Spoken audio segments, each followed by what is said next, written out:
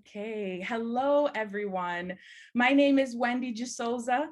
I use she and her pronouns, and I have the pleasure of entering the space as the REACT Youth Program Coordinator for Metrac, and also as one of the many planning committee members representing such a dedicated group of organizations across the city of Toronto that work tirelessly every year to honor the National Day of Remembrance and Action on Violence Against Women.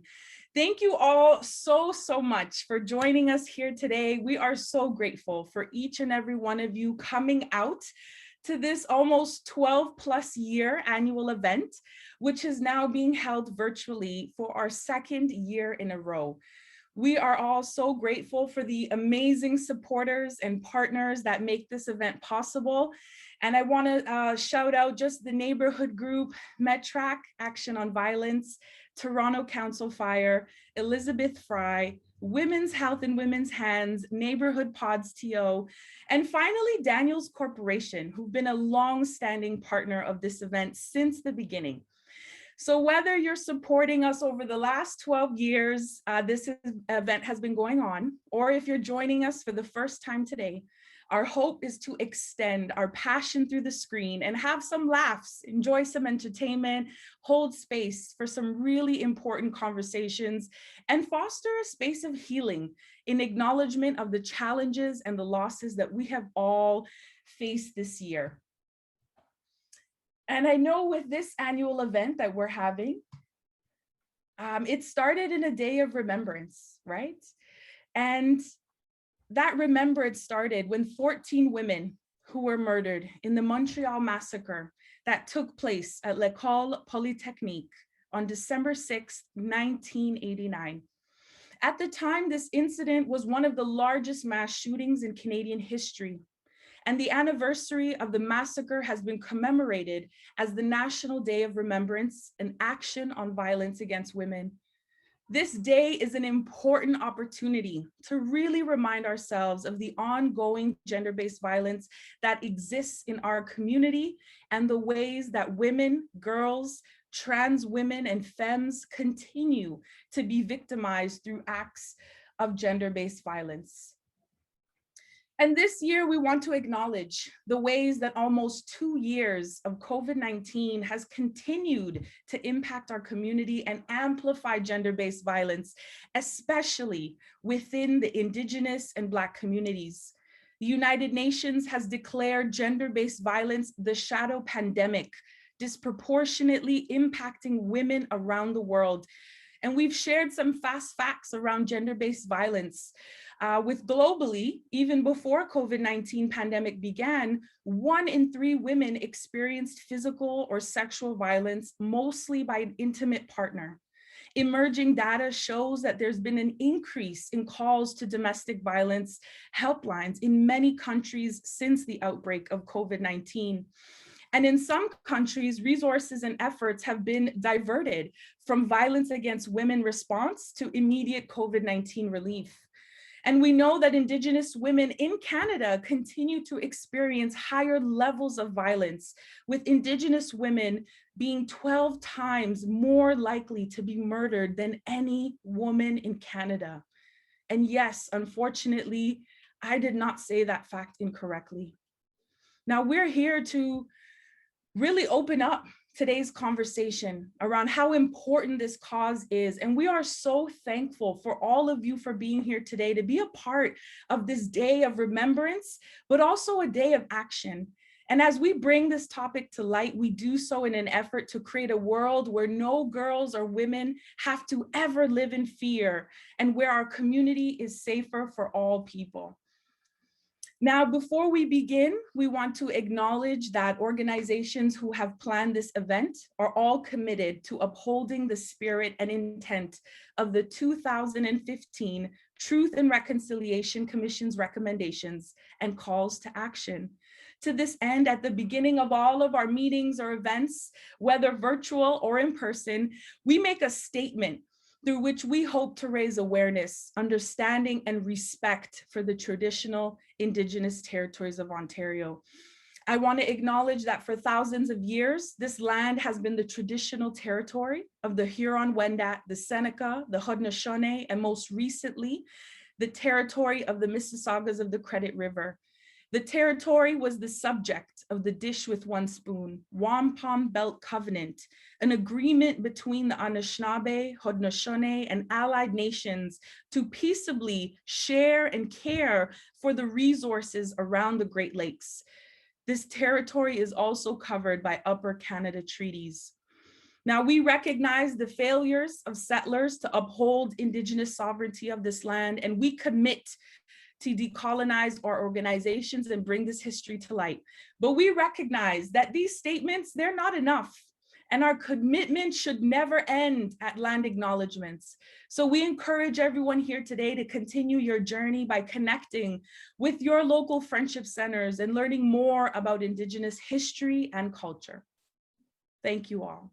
Now, as we begin today's event, I have the honor of welcoming Kevin Myran from the Council Fire Native Cultural Center, who's been an incredible leader in community and has been sharing an opening for the December 6th event for several years now with his powerful energy. I want us to all welcome Kevin into our space as he shares some really important words to open up today's events. Thank you all so much, and welcome, Kevin, to our December 6th event. Thank you so much for being here. Ani, Kanaweo, everybody. My name is Kevin Myran. Hope everybody can hear me okay. I'm a Dakota from Burthill, Manitoba. Work at Toronto Council Fire as a Youth Life Promotions Coordinator. And I always like doing this day because it's a reminder that as men, we have to be kind, and we got to be gentle. It's a reminder of our roles as protectors. And at Toronto Council Fire, we do a few programs that are geared to just that. We call it the Kijay program, or the Kind Person program. Right? And it has to do with teaching our youth the roles and responsibility of men, and how to be kind, and how to be protectors, and how to be gentle. Well, I was asked to do an opening prayer, so I'm going to do opening prayer for this event.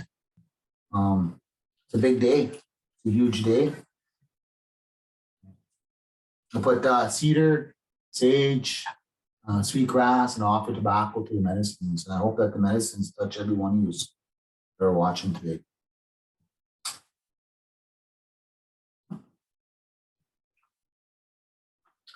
I use an eagle feather, so the Great Spirit gets to hear our prayers. They say in our culture, they say that this eagle takes our prayers up to Great Spirit. So on you, Great Spirit, Kevin Myran here, a good-hearted man. Just want to start off by giving thanks for the day, giving thanks for Mother Earth, everything she provides, giving thanks for all the animals, two-legged, four-legged, winged, and ones that crawl. Give thanks for that air we breathe. Creator, please keep us safe from COVID. Great Spirit, I give thanks for that water that we drink every day. I give thanks for our families and our community centers and everybody that joined on tonight. Give thanks for everybody joining on tonight. And we ask Great Spirit that you put a protective circle around all of our women. Keep our women safe and keep them protected. And, Great Spirit, I like to ask that you be with all those community workers and all those people that are working towards making a better world for our women and teaching our boys and our men how to be kind. Miigwech. We do have an opening song that we're going to sing. I brought my our All Nation Juniors together, a couple of them. You guys are supposed to do an opening song. And then we did also bring Sage on. The Jingle Dancer, boys.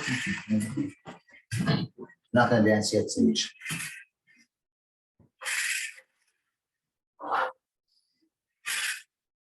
We sing opening song. It's the show's creator, right? This is what we're thinking of. It's to get creators' attention. That's what they say.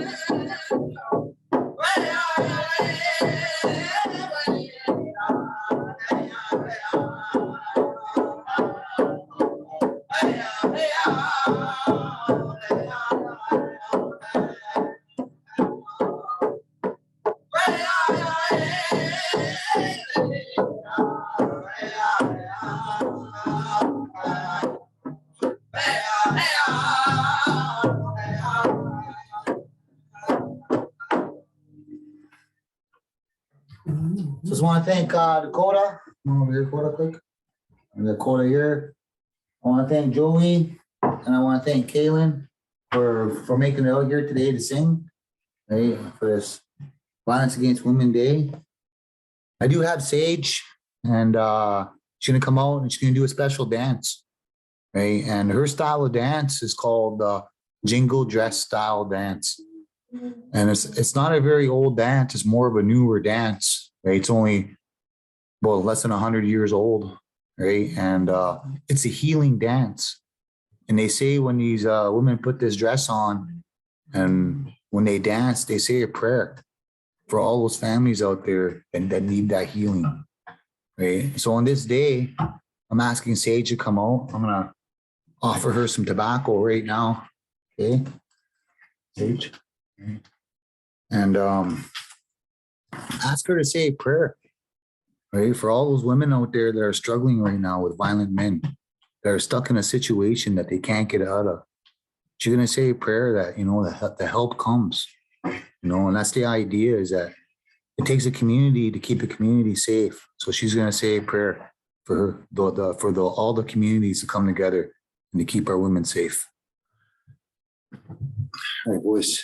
I'll Sage with you to dance. Give us some space, boys.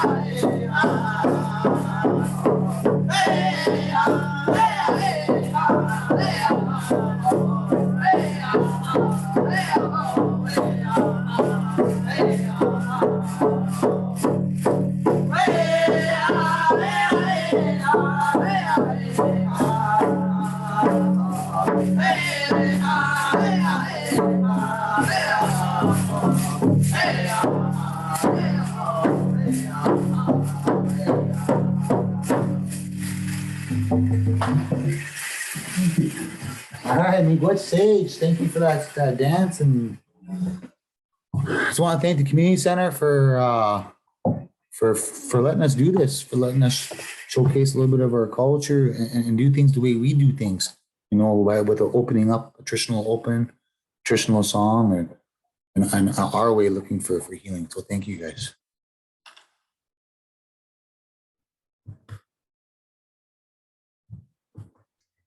I want to give a huge thank you to Kevin for being. Oh, I want to make sure I'm not echoing there, folks. Sorry. I just want to give a big thank you to Kevin for being such a leader, not only in our communities, but also in your own family. Thank you for opening up the doors into your home, into your culture, into your family, and for modeling what it means to be a kind man and a kind father.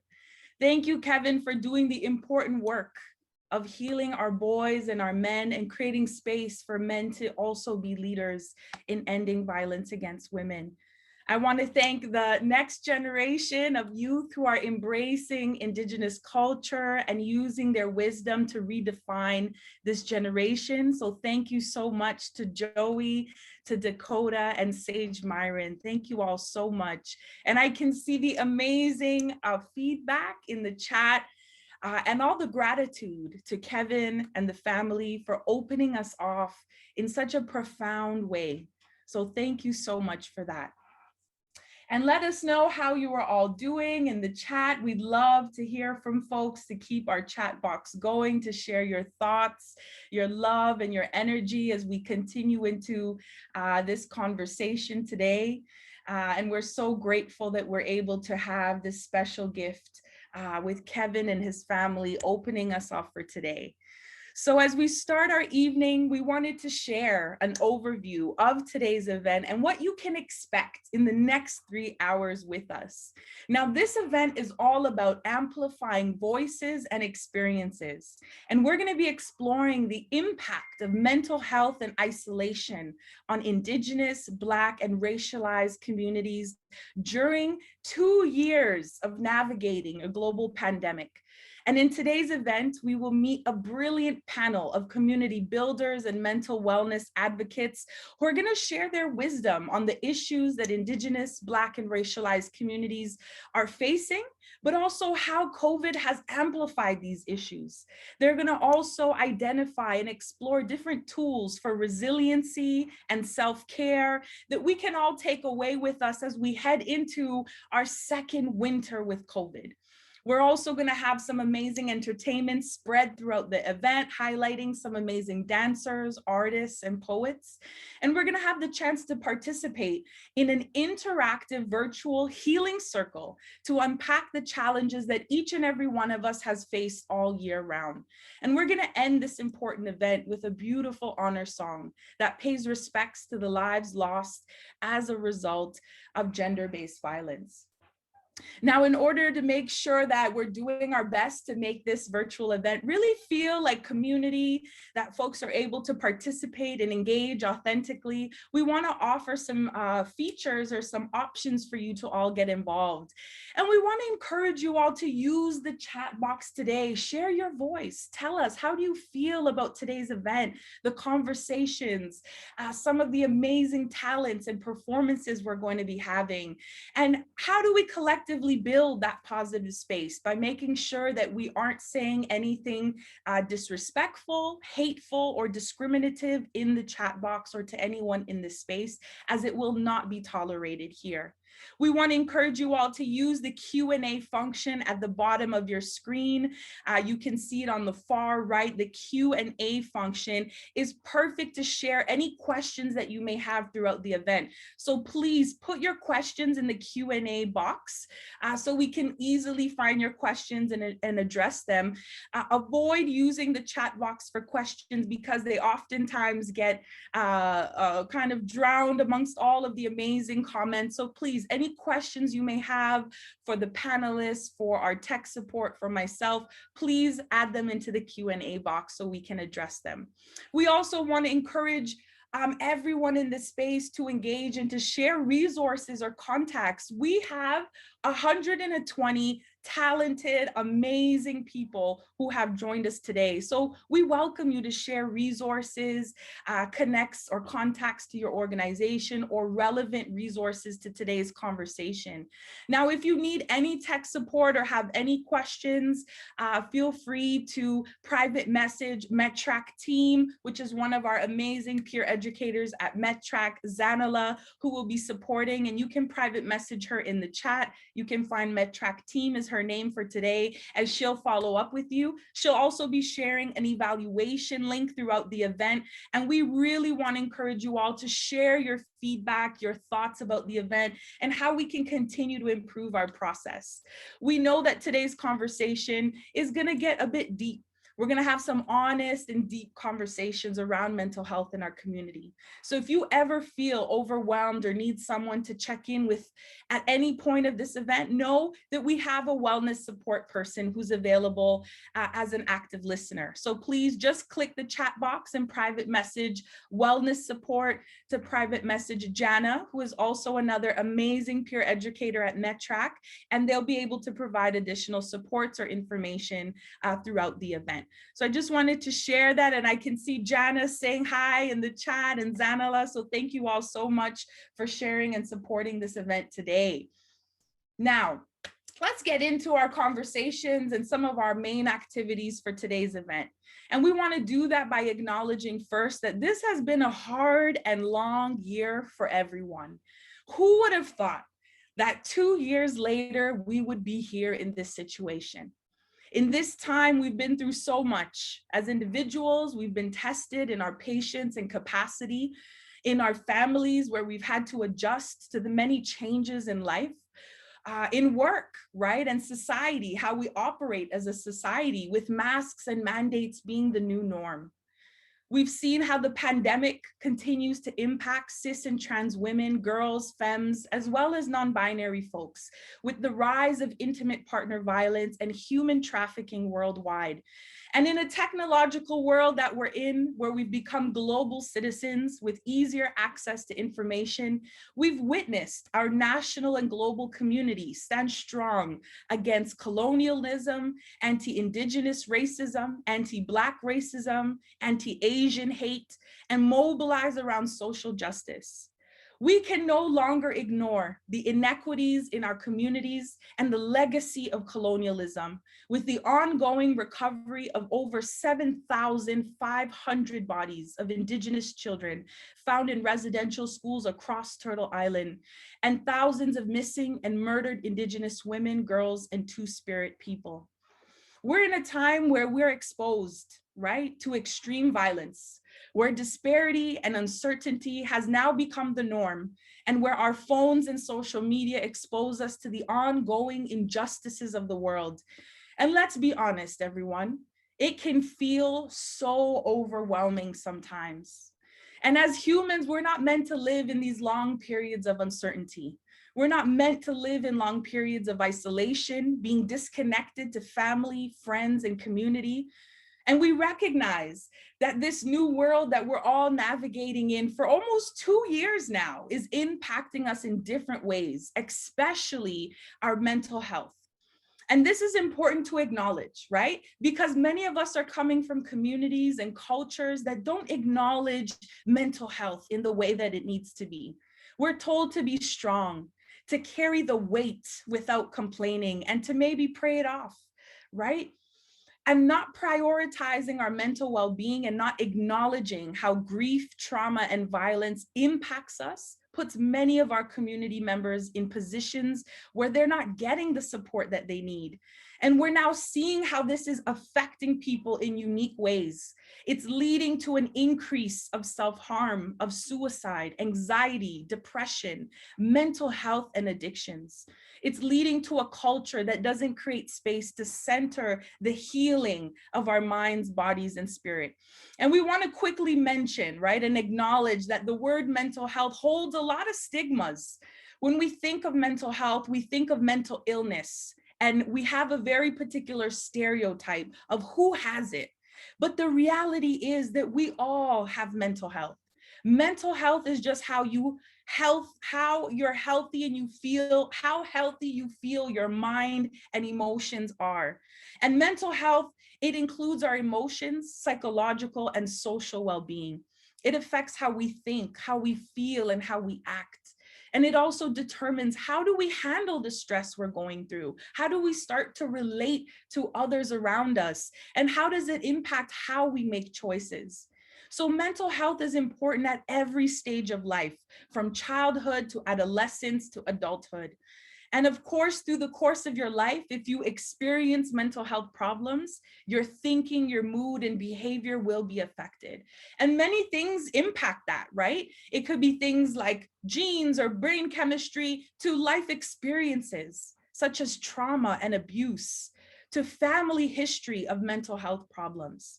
So mental health issues are common, but help is available. And people with mental health issues can get better, and many can recover completely. But today we want to acknowledge that as we enter this conversation, we want to name the colonial context of mental health and how today we want to approach it from a holistic way. We want to acknowledge that mental health is a spectrum and that our experiences will impact our mental health in different ways.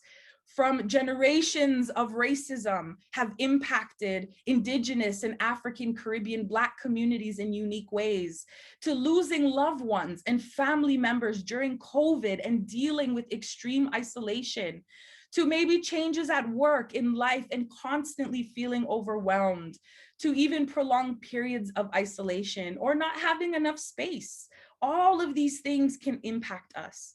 So we ask you all to be gentle with yourselves, create space to reflect today. How has racism, violence, and a global pandemic impacting each and every one of us and our families? Let's be honest about the loss, the grief, and the changes that so many of us have experienced this year, and how hard it has been for all of us. And let's explore the ways that today we can create space for healing and personal transformation as an act of radical self-love. And to do that, we want to start this event in a really impactful way.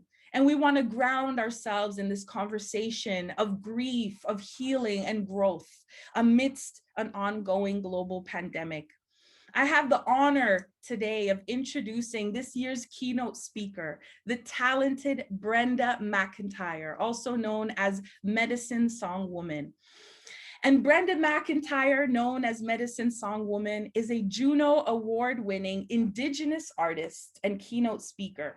Throughout her signature medicine song healing work and Pick Up the Pieces 13 Moon Resilience and Reawakening program, she uses her music and her voice to help midlife, marginalized, and empathetic women come home to themselves and embody resilience. This opening with Brenda will help explore 3 simple steps to grief relief. And that's learning how to use our own body to help us manage anxiety, grief, and trauma, experience the healing power of your voice, and find out how music can help you access your resilience when you need it the most. Now, you will come away with such a simple activity that you can do anytime to lighten the heaviness and bring you more energy. So I want to welcome with all the honor and gratitude today and introduce our amazing keynote speaker, Brenda Macintyre, into the space. Hello, Brenda. How are you today? Bonjour, greetings. I'm very happy to be here. Thank you for having me. And I love what you said about this being a radical act of self-love. That is so what I'm all about. And we all need that for ourselves. Yeah. Thank you so much, Brenda. Thank you. Yes. So, Bojo Tense, Mishkikina Gamunine Konadishnikas, Gokoko Nito Dem, Calgary in Dunjaba, Deshkan Zibi Megwanada, Nia Nihio Esqueo, Anishinaabe Kwe, English, Scottish, Irish, Minnehik, French, and Dao.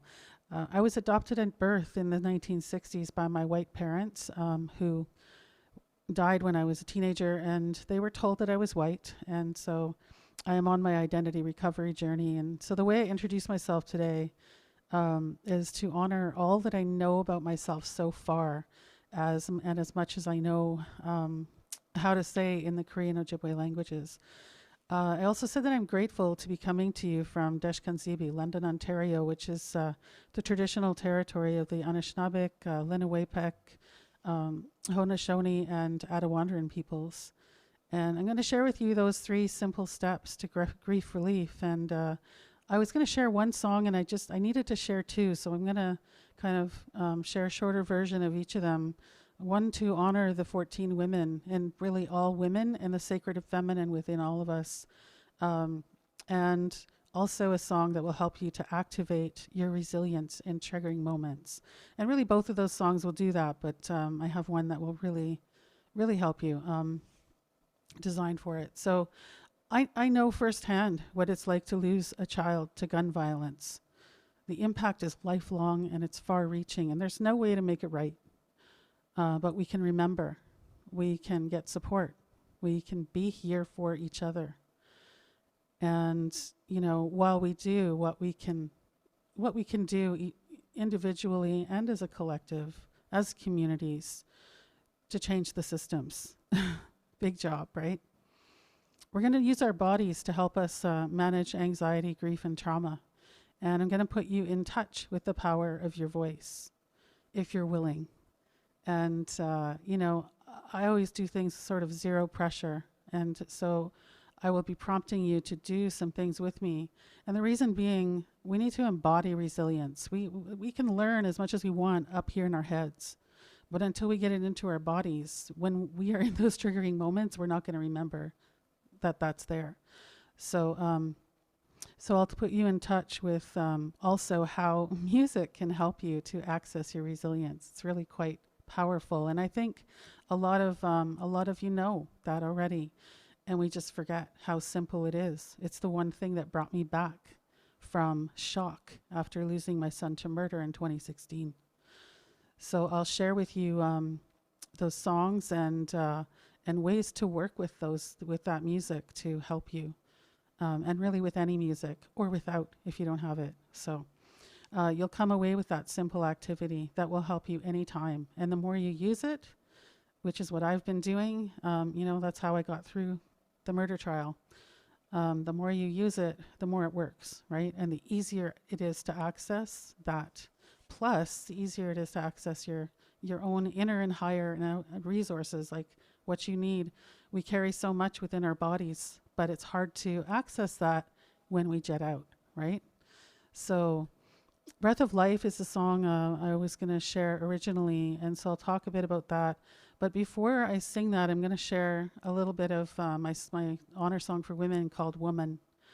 And that song came to me a while ago, and it's on the Medicine Song CD, so I'll share a little bit of that song.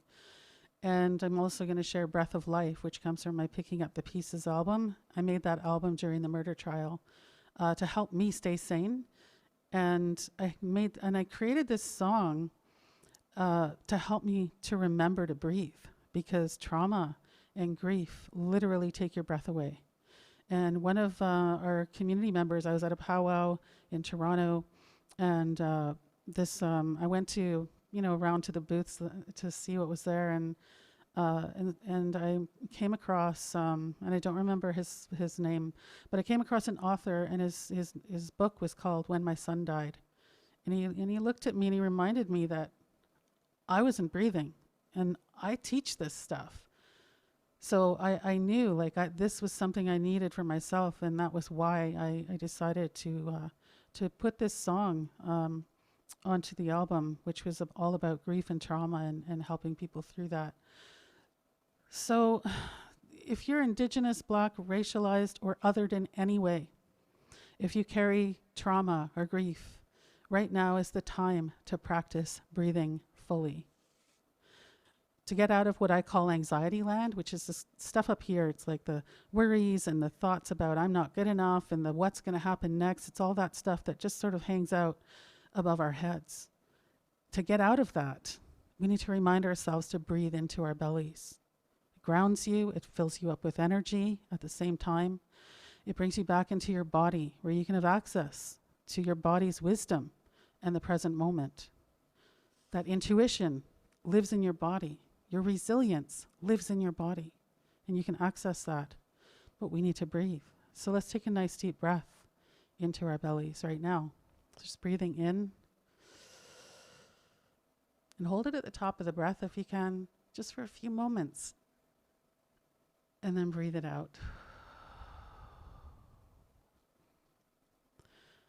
And just continue to breathe that way, and when you're holding that breath at the top, just imagine you're flowing that breath all the way through all of your cells.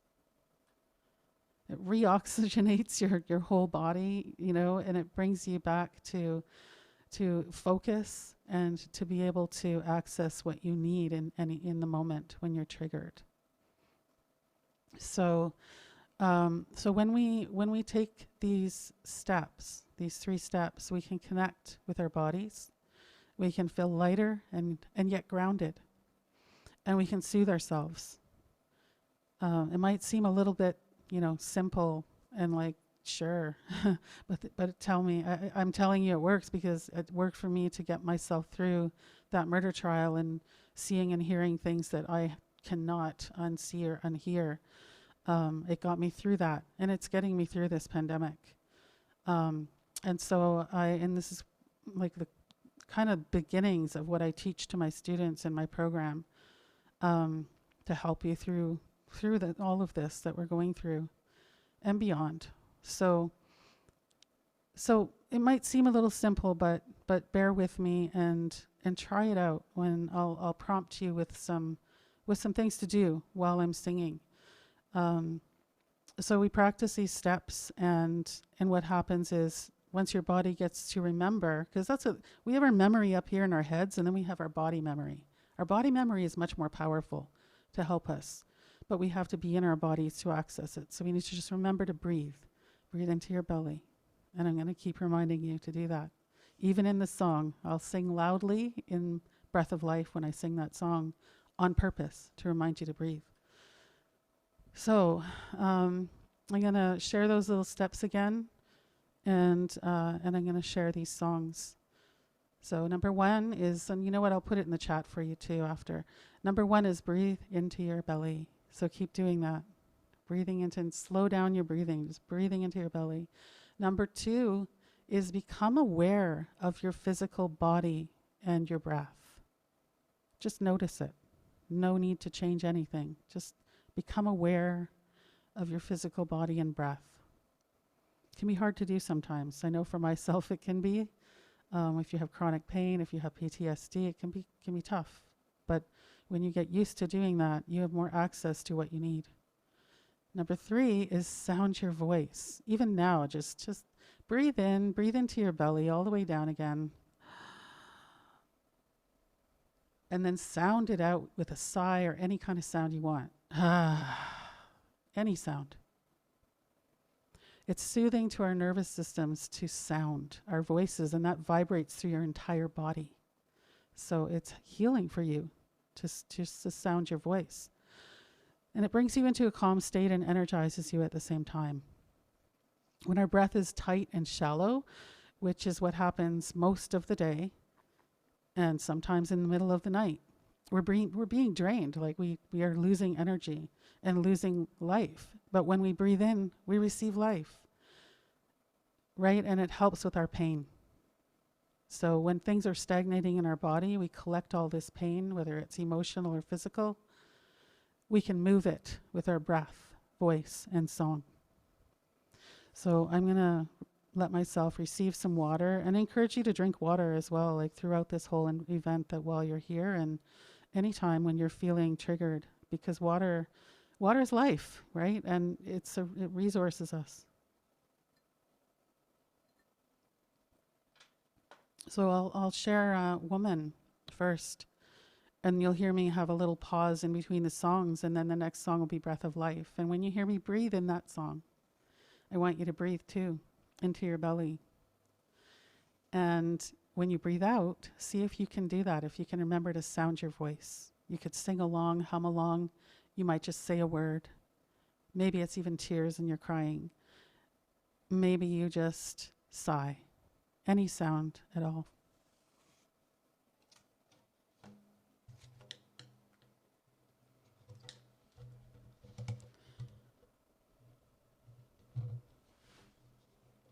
So I'm going to do 4 honor beats first for both of these songs, just to spread our prayers all directions.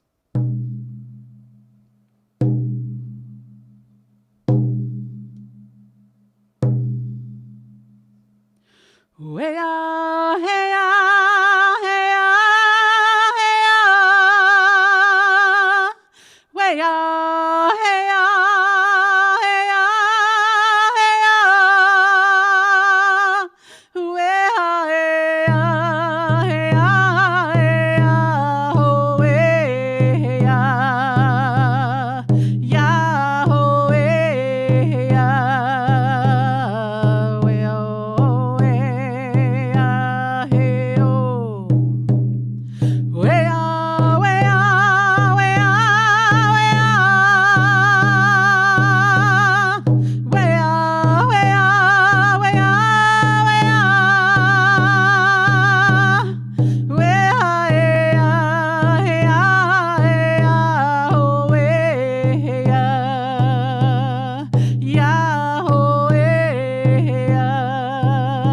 Yeah, way-oh, way-ah, hey-oh. And just breathing into your belly, and we'll do Breath of Life. Ha, ha, way, ha, ya, hey, ya, ha, ya, ah, way, ah, ha.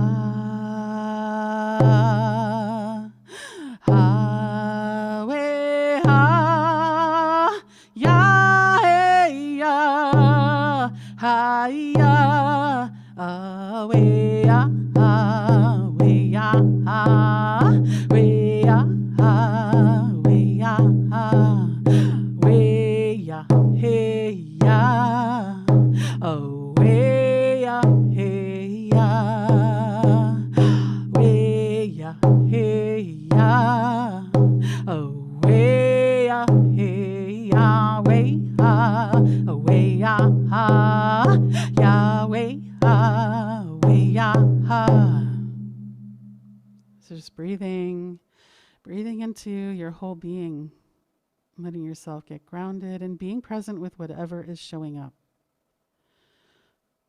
And I just want to talk about this feather that I'm holding because I have a responsibility to do that. This eagle feather that I carry comes from the Seattle area. When I was down there a number of years ago, at the very first powwow, actually in that area for women, and so I was asked to come in and perform some songs, and so after I got off stage, this woman came up to me in tears, and I almost want to cry just talking about that. And she told me a story about her daughter who had been murdered, and she offered me this eagle feather, and she said, "This is my daughter's eagle feather, and thank you so much for your songs." And she said, "I want you, anytime that you're singing for mothers who have lost their daughters, to carry this feather." And so I have every time. And who knew that years later my own son would be murdered? So I just sit here with so much love in my heart for her and for her daughter and all of those daughters who have been taken from us. And I just I'm grateful to have this opportunity to share this, and just remembering to breathe. So I will put those steps in the chat, and I have some other resources for you as well. If you're curious about the program I'm talking about, my 13 Moon Resilience program called Picking Up the Pieces, I'll share with you how you can find out more about that. And I have a couple of free resources too, including the video of Breath of Life. So you can literally have the music even, in front of you, and use that to practice breathing into your belly and just getting yourself back into your body. Because when we do that, it's unbelievable how much more wisdom and exactly what you need is going to be available to you, whether it's inside your body. Like I talk about the inner and outer and higher resources. Your inner resources, your intuition, right? That wisdom, the body memory that is there. You're made of water. That water is there. And then your higher resources, our ancestors, which, by the way, Breath of Life is one of my welcome songs. It is a song that calls in the ancestors and our higher realm support, whatever that means to you. And our outer resources are, who are the people in our lives or around in our communities? What are those hotlines, those numbers? Always have resources for yourself, and we can access those a lot more quickly when we're in our bodies. When we're out of our bodies, when we dissociate, we need to come back. It can be painful sometimes to do that, but that's where the support is.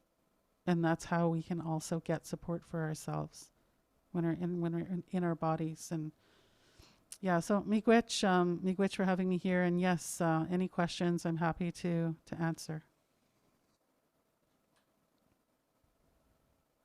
Thank you so much, Brenda. We are so grateful to have you here with us today, sharing your gifts, sharing your wisdom with us in the space. And I do want to encourage, if anyone has any questions or comments for Brenda, please share them right now in the Q&A function at the bottom bar to the right of your screen. We would love to hear if folks have any questions or thoughts on how this resonated with you.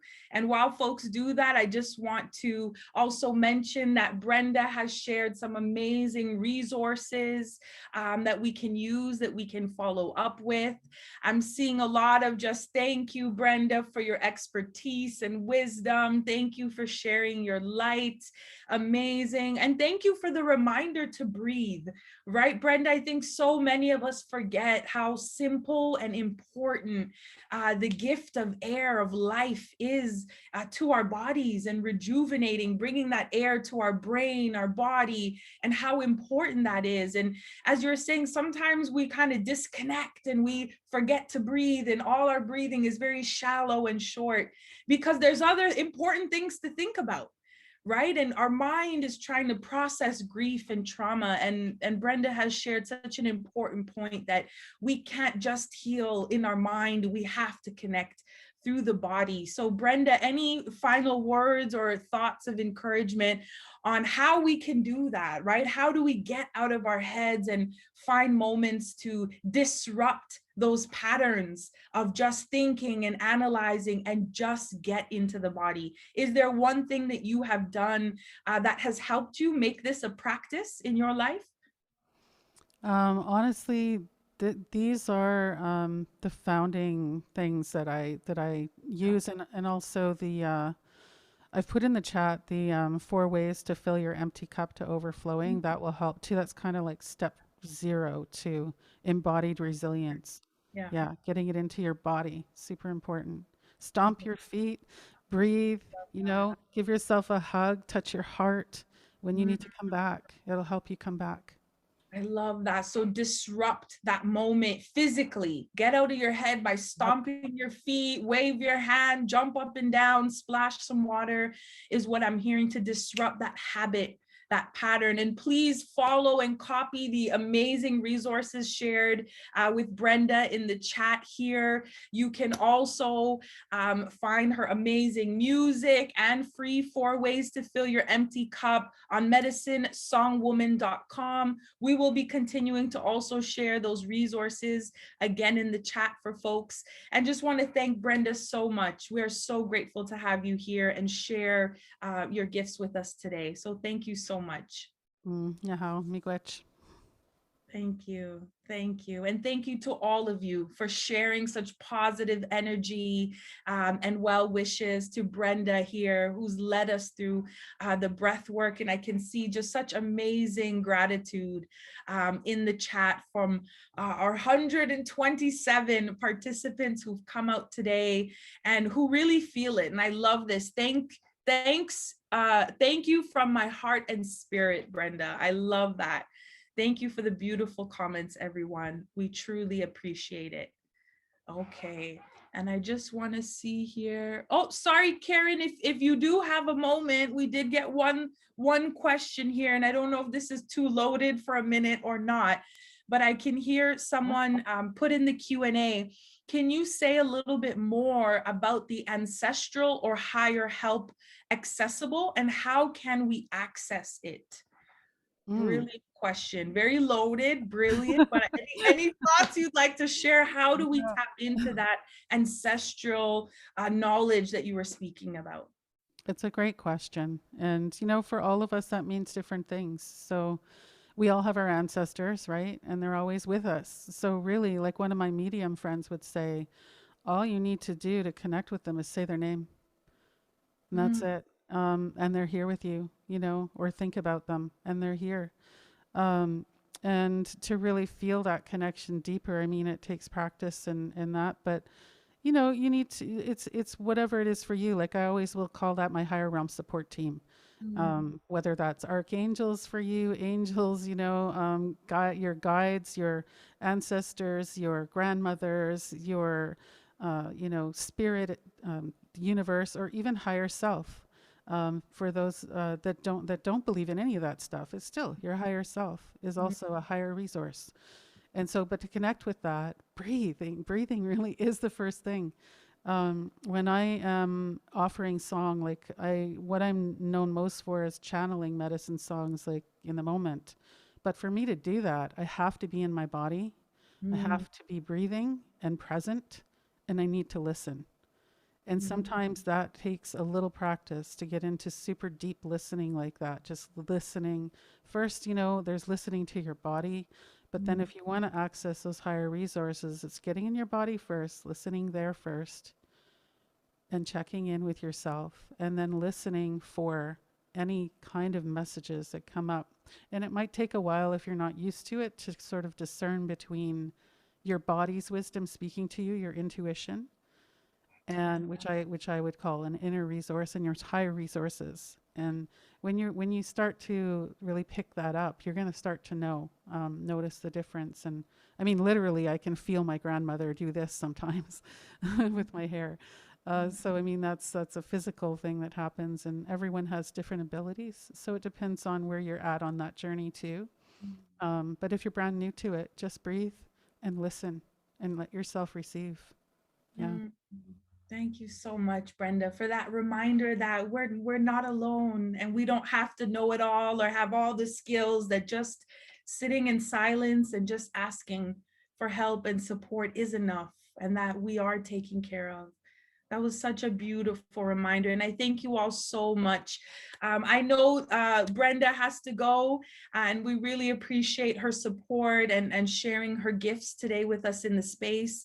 I know some other questions have come up. Just out of time, I want to thank you all so much for sharing, and want to encourage you to continue following Brenda Macintyre and her amazing and profound work, her music, her teachings. So please make sure that you do follow Brenda Macintyre on Instagram. We're going to share some things in the chat. She's also shared her contact, her YouTube.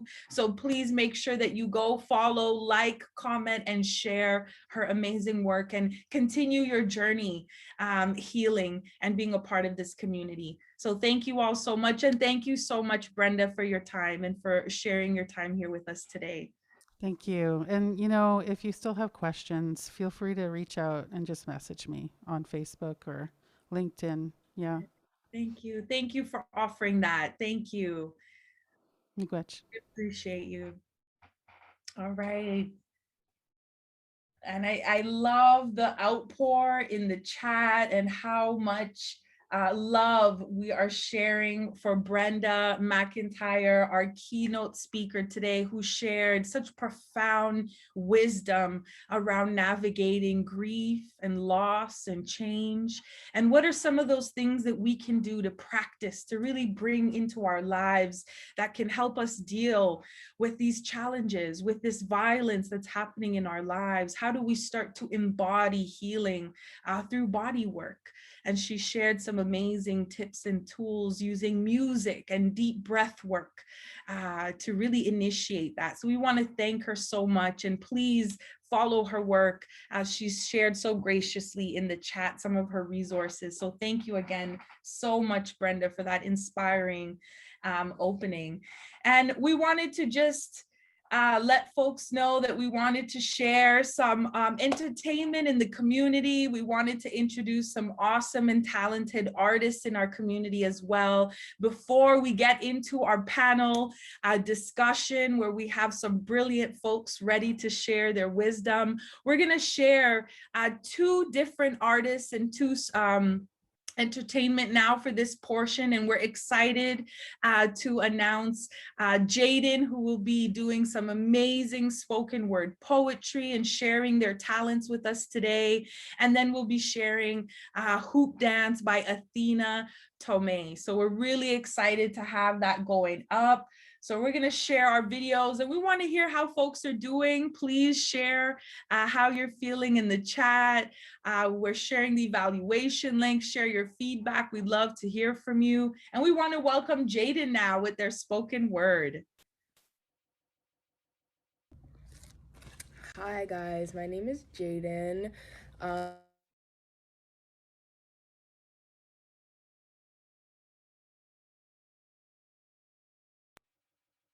A lot of my writing centers around struggles with adversity and overcoming those obstacles, lifting Black and Indigenous monoliths, as well as land reconnection and cultural disconnection. I want to say a big thank you guys for coming through, listening to what I have to say, especially allowing me and welcoming me into this space. I am going to read a short piece for you guys today. So again, thank you for listening, and I hope you enjoy. A visual learner. Sometimes it comes with a playback from memory encompassed with words or just blank words passing by in my head. November 26, 2020, these words smashed me in the face, leaving splinters of glass I'm still taking out to this day. A sign carrying weight even heavier than it weighed. No consent. I thought how ironic it was that those words displayed playbacks through my mind from events that clicked right into place like jigsaw. It was at a land defenders rally that my recollection recognized these words, but it could have been the headline of our lives. No consent. Land back. We have rights. Stop tearing up our motherland for some oil and some pipes. No consent. The water's protected by us. Allow us access to our supply. We have families to feed. Stop letting us die. No consent. Stop feeding our kids with lies, abducting us from parents and leaving us starving for culture. No consent. Find our woman. Stop touching and taking. Let me remind you that though beautiful, this is not a boutique. And this is my little kitten. She likes to say hi. Thank you guys so much for listening to me. I hope you guys enjoyed, and I hope you guys enjoy the rest of your evening. Thank you so much. Amazing. And we're so grateful for Jaydan for speaking their powerful words around no consent. And consultation is not consent. So thank you so much for sharing that. And arts and culture are one way that our communities show strength, talent, and resiliency. And next up, we want to highlight some powerful hoop dancing by the talented Athena Tomes. So please join us as she shares some of her amazing hoop dance.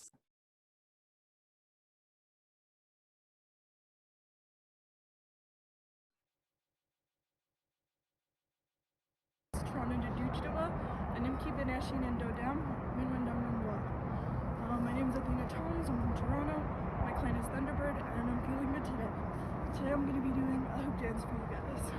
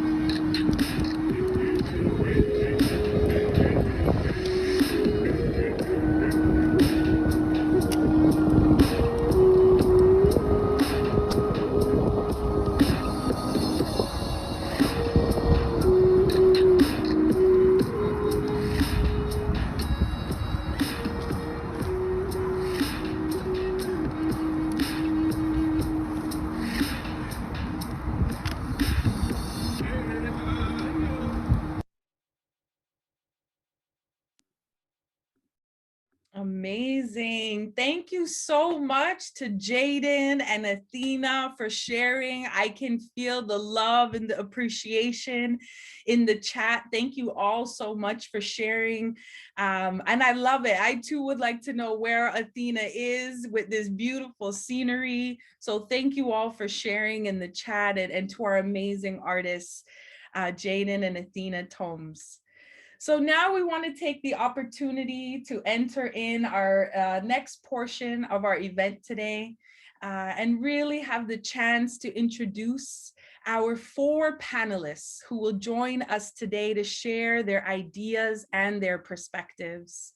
Now, the ways, some of what will ground the conversation today is really exploring the ways that mental health is manifesting within Black, Indigenous, or racialized communities, and exploring how the history of colonialism and ongoing oppression, racism, Islamophobia is faced by their communities and continue to be amplified amidst COVID-19. We want to explore some strategies for communities to use to continue to be resilient and foster self-care in times of ongoing turmoil and uncertainty. Now, we will have the opportunity to have panelists answer some questions at the end, so please feel free to capture your questions in the Q&A chat function throughout the discussion, and then you can share your thoughts in the chat. Our goal with the panel today is to have our diverse panelists share their own personal lived experiences and expertise in their respective fields, in hopes that the audience will leave inspired to learn more about the issues that diverse Indigenous and Black communities are facing, to help build compassion and solidarity in these important movements in building a more equitable society.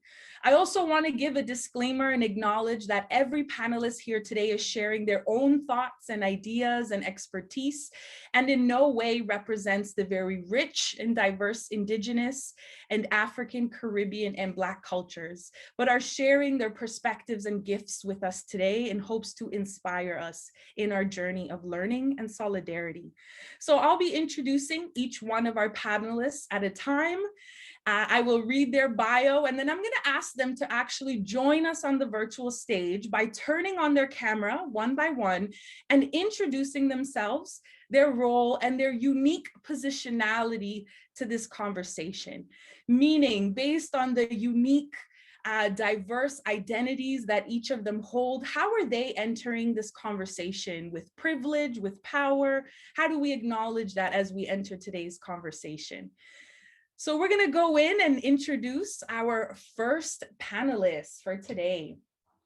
And I want to introduce Yohanna, who uses she and her pronouns, is an Eritrean Canadian counselor, frontline worker, and mental health advocate. She grew up in the Kitchener-Waterloo area and has lived in the GTA for the past 10 years. Yohanna has worked in the mental health space for the last 6 years and has worked as a behavioral therapist, providing support to folks with autism spectrum disorder. She's also worked as a frontline worker at a women's homeless shelter and crisis responder as a text and crisis line. In the past 3 years, Yohanna has worked as a counselor and student therapist. She completed an honors bachelor's degree in psychology and sociology and master's of education in counseling, psychology, and psychotherapy at the University of Toronto. Yohanna is currently in the process of registering with the College of Registered Psychotherapists and uses an anti-oppressive, person-centered, and eclectic approach to the therapy process. She's currently supporting and working as the intake counselor at Women's Health and Women's Hands Community Health Center, and facilitates the mental health intake process and provides brief counseling to racialized women. She provides advocacy services, systems navigation, crisis intervention, and suicide prevention, and referrals to internal and external resources. We'd like to welcome Yohanna to our virtual stage to introduce herself. Hi, everyone. I'm so glad to be here and sharing the space with all of you. So I identify as a first-generation Eritrean Canadian. My family comes from the Tigrinya ethnic group. I identify as Black. as a woman. I grew up in a low middle class background. I'm privileged in being a settler on this land that we call Turtle Island. I'm privileged in my heterosexual identity. I'm mostly able-bodied, cisgender. I was raised in the Catholic faith, and my religion is seen as the norm, and I can expect to have time off to celebrate religious occasions. I'm able to speak English. I'm educated and have a master's level education, which provides me with additional access to jobs and resources, and I'm financially stable. So yeah, those are the identities that I wanted to share with everyone today. Thank you so much, Yohanna, for being here. I'm going to invite our second panelist, Sarah Simpson, who has spent the last decade advocating for social justice, accessibility to mental health support, and criminal justice reform, and remains committed to breaking down barriers for African, Black, and Caribbean people in Canada. Her practice background includes extensive experience in education, public policy, clinical, and community-based organizations that work to advocate on behalf of and expand opportunities for those facing barriers, including women and youth with or at risk of criminal justice system involvement and with mental health problems. She's passionate about highlighting the most important issues in our society that they're grappling with, from understanding trauma to the impact of systematic and institutional oppression. Inspired by her own experience of mental illness and criminalization, Sarah is challenging those around her to see their role in creating a more equitable society for everyone. She's also a nail art enthusiast, professional napper, and can recite every line from The Lion King. I'm gonna see about that. We're gonna have to go toe to toe with that one. But let's welcome Sarah, Lion King lover. We are so happy to have you here, a panelist and community advocate. Would you like to say hi and introduce yourself to everyone today? Hi, everyone. So my name is Sarah. I am also first generation. Both of my parents immigrated here from the wonderful island of Jamaica. So I was born in the West End of Toronto, born and raised in the Jane and Finch community, and identify as being within, again, the West End spaces. And much like Yohanna said before me, I share similar identities to her, recognizing that I do enter the space as identifying as a woman, connected to the Christianity faith, and also being privileged based on my educational background and financial space. Thank you. We're so happy to have you here, Sarah. And we want to welcome our third panelist, Walied Khogali Ali. And Walied has lived in Regent Park with his family since 2005 and works to champion issues such as affordable transit, environmental stewardship, equity, and human rights in both the community and across the city. As a Canadian Muslim who immigrated from Sudan, he's experienced what it's like to be a newcomer growing up in Toronto. He is the co-founder of the Coalition Against White Supremacy and Islamophobia, a coalition of 170 plus organizations, and Walied is a community mentor for youth experiencing marginalization and an advocate for education and career opportunities, as well as meaningful youth participation in public discourse. We'd like to welcome Walied to our panel discussion. Thank you, Wendy. Thank you so much for having me. Really happy to join this wonderful panel, brilliant panel. And you know, as someone who identifies as a cisgendered Black male with the privilege of knowledge and experience, and whose lived experience navigating an economic system that has failed so many, but I'm also privileged as a settler, one that's been displaced by economic and safety challenges when our family immigrated to Turtle Island. As an educated male in a patriarchal society where men benefit, I understand that responsibility. And my role as a community builder invested in building capacity in others, especially our youth and those systemically marginalized. I'm blessed with the opportunity to support newcomer communities through Neighbourhood Pods DO project. So thank you for having me. And I also want to finally say thank you and miigwech to brother Kevin and sister Brenda for such an insightful and very, very powerful opening to this lovely discussion. So thank you. Thank you, Walied, and we welcome you. Thank you for being here. Now let's welcome our last but not least fourth panelist, Nochole Leveck, which was born in Scarborough, Ontario, raised by her grandmother, Catherine Martel, a Wendat woman from the Ottawa Valley. A fancy shawl and jingle dress dancer for over 15 years, a dance teacher for over 10 years, and featured in a few music videos, which we've named here, and we encourage you all to go and check out. And Nochole is currently the wellness coordinator and coordinated service planner, CSP, at Two Spirited People of the First Nations, coordinating services for children, youth, and families who are in the autism spectrum, who are neurodiverse and have other intellectual diagnoses. Thank you, Nochole. We'd like to welcome you on stage. Would you like to say hi? Ani, everyone. It's an honor to be here with you all. I might have to turn another light on in my surroundings here. But I wanted to share a bit more about myself, and like everyone else, my positionality here. I myself am neurodiverse.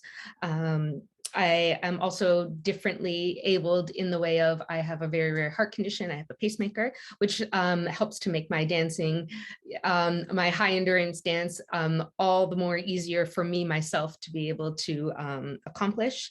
My pronouns are they, them, she, and her. I'm also a former student of U of T.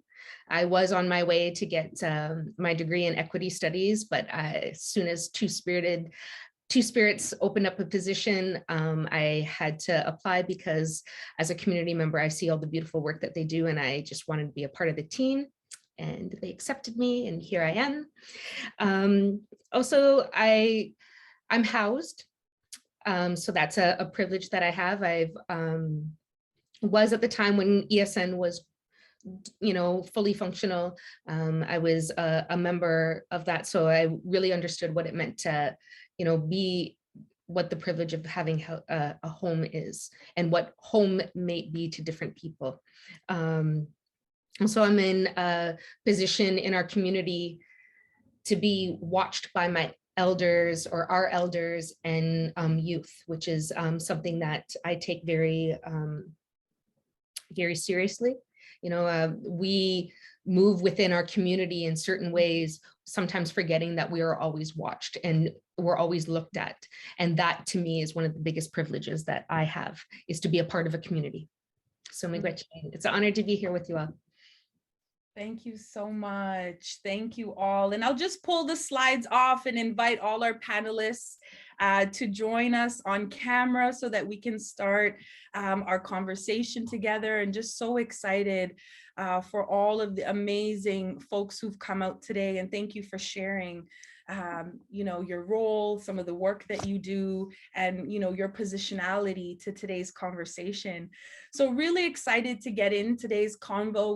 We have about 3 questions we really wanted to use to ground the conversation today. We're going to give folks about 2 minutes or so to share their thoughts or ideas for each question, and hopefully a minute to kind of wrap up their thoughts at the end before we move on to the second and third question. And I wanted to start things off, right? We've been talking a lot about gender-based violence, the impact of COVID-19, and looking at things like our identity, experiencing racism, colonialism, and genocide. And we really want to kind of situate that in the conversation today and talk about in what ways has the COVID-19 pandemic affected mental health in Black, Indigenous, and racialized communities? And how do you think that this continues to contribute to violence against women, girls, trans, and femme? And we just want to we'll start off with Yohanna, and we'll move in order with Yohanna, then Sarah, then Walied, and Nochole. And we'll give folks about 2 minutes to share some of their thoughts around the question, and then we'll wrap up before we go to the second point. And please feel free to share your questions in the Q&A function, not the chat box, so that our panelists can review the questions and share. So I'd like to welcome Yohanna. Would you like to start things off for us and let us know what ways do you think COVID-19 pandemic has affected affected mental health in the Black, Indigenous, and racialized communities? And how do you think that this contributes to violence against women, girls, trans, and femme? So when I think about the ways that the pandemic has affected BIPOC communities, I think about the social determinants of health. So these are just factors that influence health outcomes, whether it be discrimination, housing, income level. So there are already disparities in these areas, right? So a lot of folks that I see will have issues accessing healthcare, will not have stable income. So I think the loss of jobs during the pandemic and the loss of opportunities has exacerbated, the limited finances that people have. Something I also see is that a lot of folks will have precarious immigration status, and they'll be unable to access resources already. And there are a lack of supports in the community right now to, provide them with any sort of supports. I think the pandemic has increased anxiety, depression, suicidality. We're all experiencing collective trauma right now. And this can lead to like symptoms of avoidance, hypervigilance, dissociation, hopelessness, helplessness. So I think in BIPOC communities, the discrimination and the chronic stress that people already face increases all of these symptoms. And social isolation, I think that's a big piece as well. People are not able to connect in person anymore. And people like the sense of community, right? So what do you do when you're stuck at home all day? And you're not able to connect in the way that you have been? That can increase your stress level, increase the sense of loneliness that you experience. And I think for folks experiencing gender-based violence, when they're locked in the home, when they're socially isolated, they're not able to seek resources. They're not able to ask for help in the ways that they were before. Maybe they feel trapped in their environments. And I think this is why we're seeing the increase in folks reaching out, like through online services, through the phone.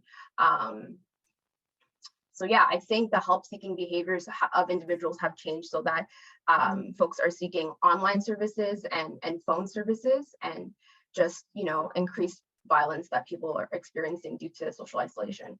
Thank you so much, Yohanna, for sharing that. And welcome, Sarah, if you have any thoughts to add, or your own ideas around how you feel COVID-19 continues to affect mental health in Black, Indigenous, and racialized communities.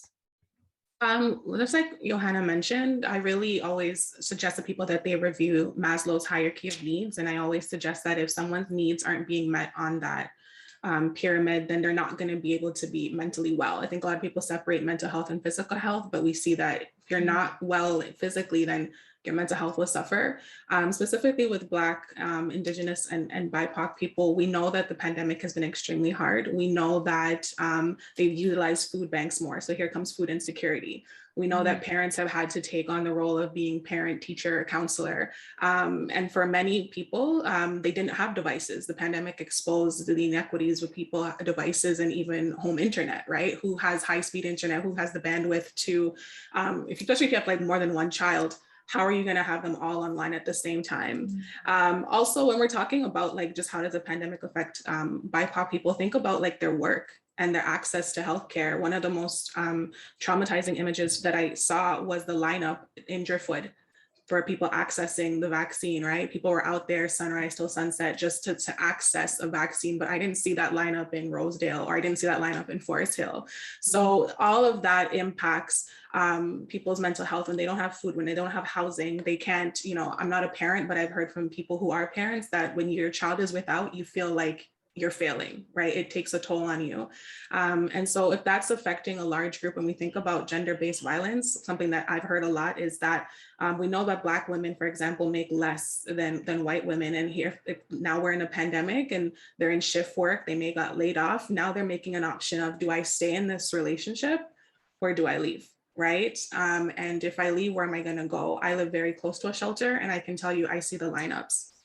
for women to get a bed, and it's even worse if you have a child, or it's worse if you have a child who is identifying as a boy, right? Because we know that there's limited bed options. So really quickly, there was a survey that was put out in the census to really look at the impact of COVID on Black people in Canada, and it was shocking to see the disparities between how Black people were talking about experiencing anxiety, right, or experiencing depression. One statistic was that 27% of Black people identified with poor mental health and identified with symptoms that related to anxiety, compared to like low 20s of those who identify as white. And so that's just coming out in the last 2 weeks before the survey came out. So that's how we see, again, if people's needs aren't being met. We talked about social determinants of health. We talked about Maslow's hierarchy of needs, then obviously their mental health will suffer. Thank you so much for that, for sharing. I want to welcome Walied to add your thoughts. Thank you so much. That was actually really brilliant. Thank you so much for talking about the social determinants of health, and talking about the access and specifically the barriers, but also access needs of BIPOC communities and trying to navigate supports. But I just want to remind everyone that this is a very violent system, and we can talk about the data as much as we want. We can talk about our personal experiences. It was just timely that in April, in the middle of the pandemic, there's a report issued by the Ontario Human Rights Commission on how Black, but also Indigenous BIPOC communities were deeply impacted by policing, for example. And we haven't even talked about the negative externalities when it comes to those pieces. For example, the impact of overcharging, which impacts specifically Black bodies more. And those folks get displaced from social housing, they get displaced from social services, and also from legal supports that are not even remedies, because there isn't much justice in pursuit of those remedies. So as a community organizer, I like to quickly just talk about my experiences supporting folks in our community. And what I've learned is that there's so much power in us. Mental health has devastated our communities because of the lacks of supports, but we've been also resilient in also accessing new supports or pushing for ways to support each other. And I know, for example, through the food insecurity work that I've been involved with, it's just making contact with folks in our community, and just creating a space for those conversations to happen. And unfortunately, what we don't have are much resources, and there are serious barrier issues. And what we need to talk about when it comes to mental health is the fact that this mental health supports were not built for Black, Indigenous, BIPOC communities. It was not built for folks who actually right now don't even have access. We're talking about not even willing to access because of the lack of supports that just don't exist. So those are real challenges that deeply impact the state of mental health in our communities, because without those supports or interventions, none of this work of actually meeting the root causes of mental health supports will be addressed. And what's worse is the violent response, specifically when it comes to folks who've been killed through violent responses that were not built to support folks who are dealing with mental health crisis. Yes, and Walied, important point that I want us to get to in our next question. So thank you for flagging that piece around culturally relevant supports. And I want to welcome our fourth panelist, Nochole, to share some thoughts, right? Kind of what is your perspective around how COVID-19 pandemic is affecting the mental health in Black, Indigenous, or racialized communities?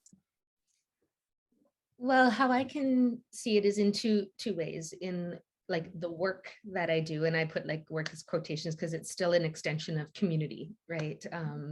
But it's the role that I have within community, and then as a community member.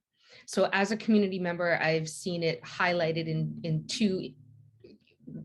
two ways that really stand out. And one of them is around our elders and how they already have a sense of disconnect from community based on, the stage of life that they're in, the way that our colonial system disconnects elders and children in that way where traditionally that's not our traditional ways of being.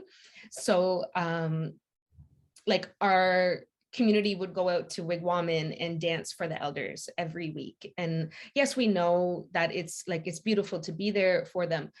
But when we're not there, we see how much it impacts them, and how much they look forward to that. And I think about there were social times where they had access to community much more frequently. So to have it that they would access community at one day a week and how much it means to them really highlights what is missing since the pandemic. And then in the work that I do, I see so many of our youth in all areas, not just Indigenous, but all oppressed people, I will say, in the various ways that oppression occurs. A huge regression in those who are on the autistic spectrum, for those who are neurodiverse, much more frequent hospital visits, and then the lack of supports that are there for them. And to see parents struggling with their children, to see them as functioning students in school, to not even be able to, just from the simple being removed from their social community at school and being placed in their home, which can be safe. We know all homes aren't safe, but even in the safe homes, how there's families that I coordinate services for whose child becomes catatonic, who will no longer eat. Then also back to community, in the way of being a member of ESN, and we all saw the housing crisis highlighted through the pandemic and what housing means. And when the city implements what they feel is housing in that parental way of treating others, that really contributes to mental health. So, society can see in the news reports and whatnot that, oh yes, there's these types of housings for people who are unhoused, but is it safe housing? Women in our community who are in encampments being placed in homes where, in shelter hotels where they have to share a bed with a man, which is not highlighted in the way. So those are the ways that I see in the work I do, and being a community member, that really, those are the highlights for me that really impact mental health. Thank you, Nochole, and thank you to all for sharing such complex historical and ongoing issues, in 2 minutes or less. I recognize it is a challenge, and I thank you all for giving such insight into some of the challenges that may be known and some less known in our community, and really shedding light. And I want to jump into this next question because I think it's really relevant for so many who are here around, exploring this creation or delivery of mental health services, which many have mentioned wasn't developed with Indigenous or Black communities centered in mind in the design and delivery of it. How do we find culturally relevant supports? Where do we find mental health supports in our communities right now? And how do we know it's right for our own needs? So I'd love to hear from folks around how has this creation or delivery of mental health services maybe changed during the pandemic, and how can we find culturally relevant and culturally appropriate supports for our community? And I'd love to pull in Yohanna to start us off in this conversation and give folks about 2 minutes or so to share any thoughts that they may have around this. So something that I noticed at the start of the pandemic was that there's this transition to offering online support that wasn't really there before. So many agencies are providing supports online, over the phone, virtually, essentially being forced to, as the infrastructure wasn't there before. So right now at Women's Health, I'm providing phone support, video support, in person as well. And I think that's really changed the game for a lot of folks who, didn't have childcare before. They didn't have the means to get to a therapy appointment, counseling appointment, whatever, agency. So that's been really helpful. I also think there's an increase in self-help resources. So knowledge is power. I think people are looking to find more resources themselves. And I've noticed an increase in, self-help page, whether it be on Instagram, Facebook, watching videos on YouTube. So I feel like, for my, experience, I think folks are trying to empower themselves and increase their knowledge. And, if no one's going to help me, how can I help myself? Also, thinking about, culturally appropriate services, I think some important questions to ask are, what are the help-seeking behaviors of certain cultural groups? Does, an individual turn to a care provider? Do they expect directive care, indirective care? Do they turn to a religious leader, a doctor, family members? So how do they seek help? I think that's an important thing to look at. And if you're looking to seek support from a therapist or counselor, what does that individual know about your culture? That's an important question to ask. What do they know about your racial identity, your social identity, whatever it may be? Does that person work from an anti-oppressive framework? Are they working to dismantle oppressive systems? Are they working to increase the accessibility of services and reduce barriers? Are they there for you as an ally? Are they also, humble in the knowledge that they do have? Are they curious about your experience, willing to learn, willing to make mistakes? Are they open? So yeah, I think these are important questions to ask when you're looking for a new care provider. And I also wanted to share a resource. So Wendy, you have the Yes, so yes, we actually have our team will be sharing. So Jana from Metrac team has been sharing Yohanna's amazing resource. Please, if you'd like to share some thoughts, and Jana will share it in the chat for us right now. Okay, amazing. And one more thing I also wanted to add is that there's this helpline called Ontario 211. So it's a free helpline that connects you to community and social services in your area. So it's open 24 hours a day, 365 days a year. So you can call or you can go onto their webpage, and I will copy the link and post it in the chat so folks can check it out. Thank you. Thank you. So Jana has shared the resource, and as folks are clicking and downloading and getting that information, I'd love to bring Sarah into the conversation around how do we find these culturally appropriate supports? How have mental health services changed, hopefully for the better, to better serve some of the gaps within our community? Well, I haven't touched on the fact that we've gone virtually, but one group I really want to highlight, and I think they're forgotten often, is young people.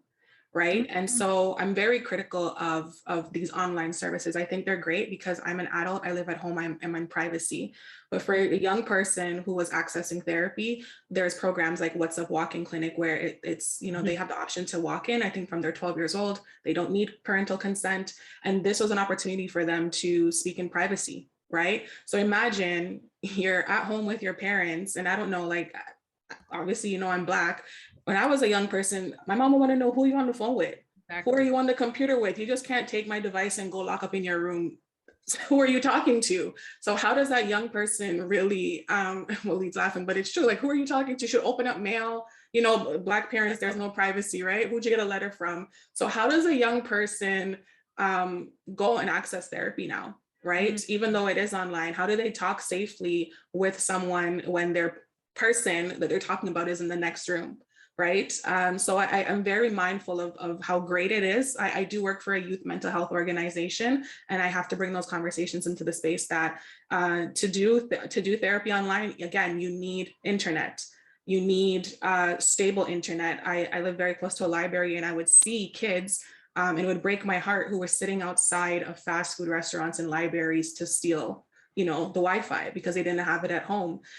So, I mean, yes, we've gone on to virtual, but the other thing I really want to highlight is when we're talking about finding culturally appropriate services, I often tell Black people, go back to your roots, right? Western culture has made us feel like it's wrong to speak to your pastor, that's not good enough. If that is who you feel comfortable with, there's nothing wrong with seeking counseling from your religious leader. And whether it's your pastor, your imam, your rabbi, your elder, it doesn't have to always be a therapist. It doesn't have to always be somebody with letters behind their names, because as Yohanna was saying, do they get you? Do they understand?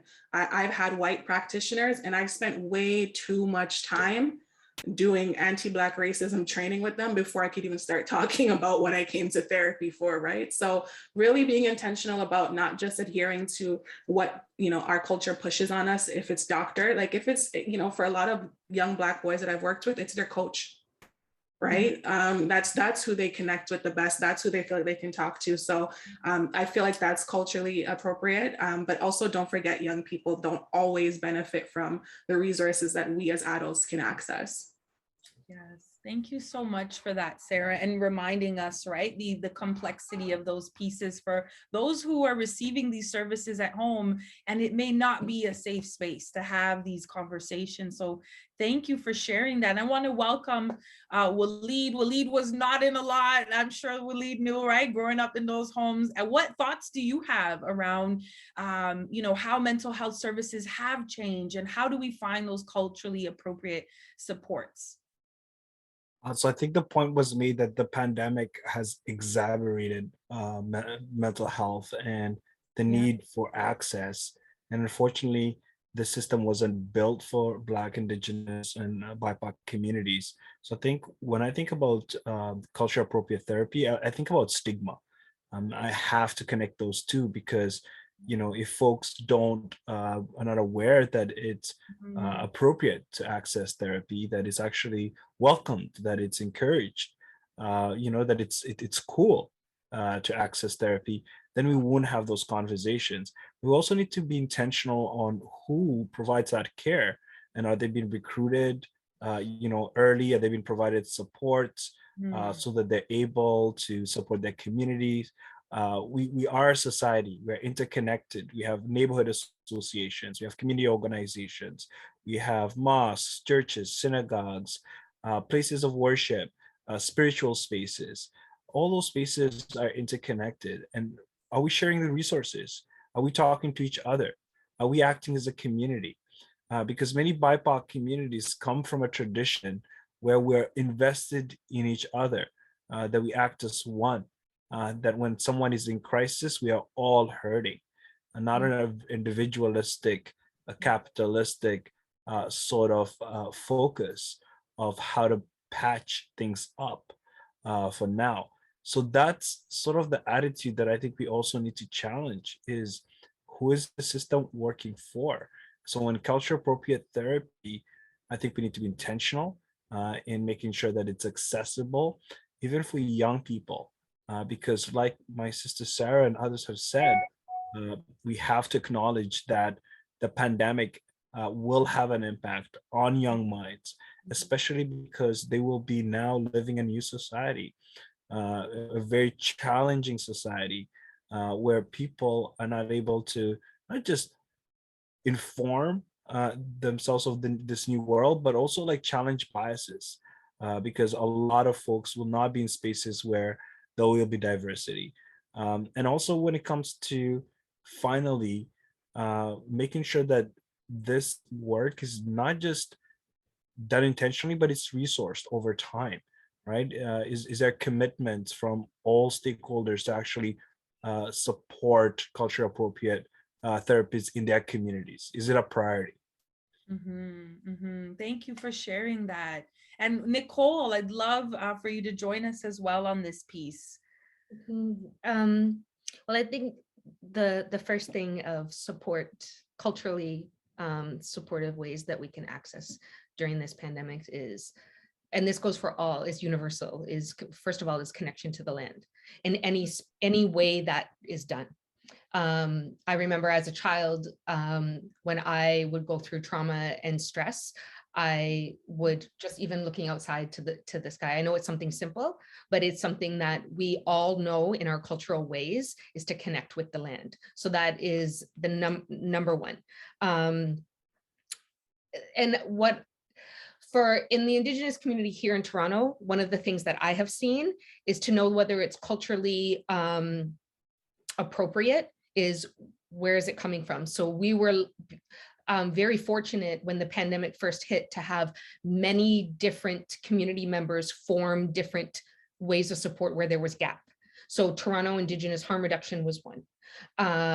We Feed the People, which their name is in the language, but I'm not Ojibwe, I'm Wenday, and I don't want to mispronounce the name, but the translation is We Feed the People, who would actually provide food, much needed food, would drop care packages off at our house. And sometimes community members didn't even need to ask. There would be a message, are you home right now? We have a box for you, because the community knows community. And being there for the elders. ESN having our grieving circles. So we'd be at Moss Park having circles for those who have passed in many different ways, is to grieve collectively, having distance, but still being able to gather in a safe space outside and in a very safe way. And then when the pandemic first hit, like my daughter and I remember when masks weren't a thing because nobody could go to the store. What we did, my daughter Nazarene and I, we started making masks just from scraps that we had, and we had we would exchange with supplies because we couldn't access supplies. So we would provide masks for community members, and then they would provide supplies for us, or it's monetary. Some people would send us food. And this way, in the very early stages of the pandemic, masks were able to be provided for the community so we could try and stop the transmission. And we were so shocked to see that they went all over, they went to the States, they went globally. And then to see that we're not always having to rely on capitalism as a way to take care of ourselves. It was a perfect example for that window of time to be able to know that we as a community, meaning the large community, not just the Indigenous community here, we can take care of ourselves if need be. And that was a beautiful thing to see. So that's the supports, I feel, how we know they're right is because they organically grow from what is needed, and that beautiful, good intention of love and care and mutual aid. I love that. Thank you so much for sharing. And I love that piece around just organically how so many communities started to mobilize and address gaps and challenges and find ways to connect. And I know I could be here and listen to your wisdom all day. And I know our panel time is slowly coming to end, but I think that's an amazing segue for us as we enter in a second winter with COVID. Many of us would have never imagined 2 years of this and ongoing challenges as we continue to navigate this process. And I want you all to share, for all of our amazing participants here today, what are some strategies that we can use, that we can leverage to really cope and deal with fear, anxiety, feeling really overwhelmed, uncertainty, right? All of these feelings that have taken over. How do we deal with that as we're moving into our second winter in COVID? And many of us know about seasonal depression, isolation. Many of us, who are melanated beings, we need that sun to thrive in. So being in winter for many, many months is very challenging and has an impact on us physically and emotionally. So I'd love to hear any, culturally relevant strategies to coping with fear, being overwhelmed, or some of this uncertainty as we deal with COVID-19. And I'd love to welcome Yohanna to start us off with that. Thanks, Wendy. So a couple ideas come to mind for me. I like this idea of balancing acceptance versus change. So what are the things that someone can control in their life? You can't control when the pandemic is going to end. You can't control if there's going to be a new variant of the virus. So looking for the ways that folks have control, and try to refocus your mind on that as well. And I think self-compassion can be a helpful strategy. It's difficult to pour from an empty cup. When you show compassion to yourself, you show compassion to your community. And this can be incredibly hard, of course, and it'll take practice, but how would you talk to your friend? How would you talk to the younger version of yourself? Listening to the needs of your body. So does your body need to work right now, or does your body need to rest for a bit, rest and recharge and get back to what you were doing before? Social connection as well. It looks different. It may be calling a friend. It may be, talking to someone over Zoom, but it's really helpful. It activates the ventral vagus pathway, which is our social engagement system, and, induces rest and relaxation. So even activities that resemble connection to others, such as like laughing by yourself, watching something funny, giving yourself a hug, putting your hand on your heart. Those are all ways to stimulate connection if you can't get that immediate connection. And the last thing I wanted to share is this idea of rest being radical. We're resilient, the fact that we're here despite the oppressive structures that exist, the fact that we're able to experience joy, laugh, connect with others, and thrive against all odds. So kind of keeping that in mind, that we're here, against all of these structures that were meant to break us down. And I'll end with that. Thank you. Sarah, please join us. I love Yohanna's list. I don't know what more I can add. The only thing I'll say really quickly is stay informed, but really don't obsess about the news. Be mindful about how much you can take in, right? So, and really stick to trustworthy sources. I really have to caution my mom a lot, like WhatsApp is not CNN, WhatsApp is not CP24. So, because people send around these chain messages and she'll start to panic. And I'm like, Mom, put the phone down, send everything to me, let me fact check it for you. So really be conscious of your sources and often limit how much you're getting update, right? I really love the fact that Yohanna talked about focus on what you can control. So we are not Dr. Fauci, we are not Dr. Eileen de Villa. I can only wear a mask, I can only wash my hands, I can only do so much, right? I can't go out and save the world. So really focus on what is in your capacity to take on. And I like the fact that she talked about staying connected. So being intentional with scheduling time with your friends, but I'm also someone who I've cautioned my friends, we are not talking about the pandemic on this call, but we're going to talk about other things. So I want to hear about other parts of your life. I want to laugh about, whatever's happening with Khloe Kardashian and Tristan Thompson. Like, I want to laugh, like, let's just talk about what else is happening in the world and not make all our conversations be around COVID. And the last thing is really just taking care of yourself. And so I like the fact you talked about being intentional with laughing. I am now rewatching Superstore for the third time on Netflix. I die, right? I watch Tiger, like just watch trashy TV, be intentional. One thing I will say is try to maintain a routine. I learned this from my own mental health practitioners. Even if you're not going anywhere, I work from home, like many of us, still get up, bathe, brush your teeth, get dressed. Right? It doesn't mean you have to put on like Walied's beautiful business suit, but don't work all day in your pajamas. Like trick your mind as if you're going out today, and really take time out for activities that you enjoy. So I have a Starbucks date with myself every day. Can't afford it, but we're gonna go. We're gonna keep doing it, and it's just doing stuff like that, being connected and having fun, and we're just gonna get through this one day at a time. Thank you so much for that powerful reminder. Let's invite Walied to join us. Thank you so much. Sometimes dressing up in a nice suit makes you feel great, right? Hey. So taking care of yourself, it also helps. I just want to just reflect on some wise words from Sister Brenda Macintyre when she said, it's important to breathe and listen. I think reflection is so crucial. Realizing you're not alone. And also, I want us to end this term of ending social distancing. It's physical distancing, not social distancing. We are social beings. We need to be connected to each other. If you're on Netflix and you're able to pay that subscription or afford it, maybe you can have those, Zoom parties, right? Or Netflix parties. There's ways to connect with other people and share experiences, especially while we are navigating the challenges brought forward by this pandemic.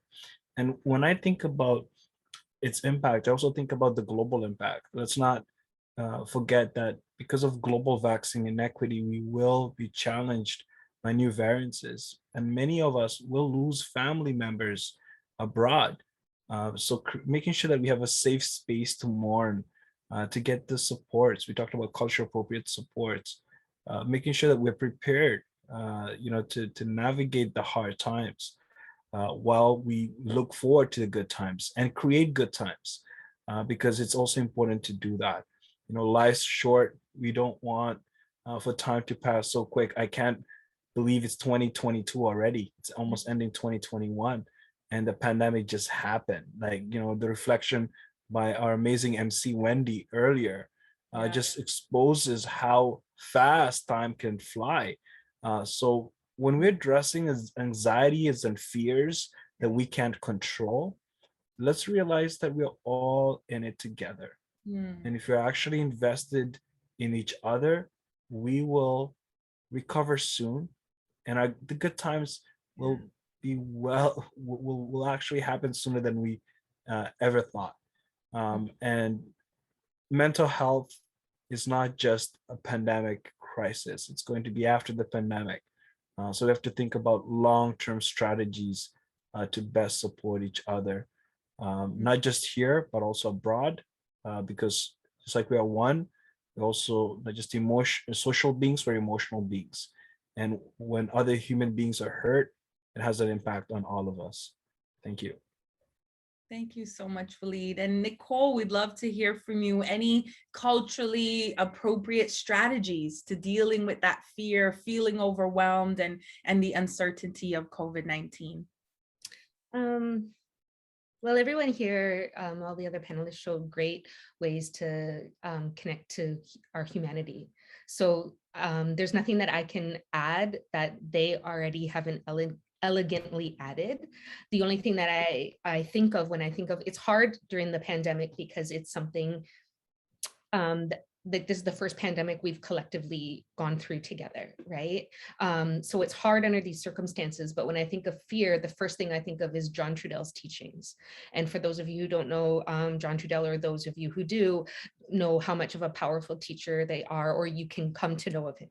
He speaks about fear, how connecting to our humanity actually combats that fear, doubt, and insecurity, because it's actually a product of the mining of our minds, and that we are land. So we are made up of the same liquids and minerals of the earth. So when we connect to land, we connect to humanity. When we connect to our humanity, we connect to the land. And it's the same thing. And just to know that anytime, what I do for myself is anytime I start to go through fear, doubt, and insecurity, I know that that's a byproduct of capitalism, of industrialism mining my mind.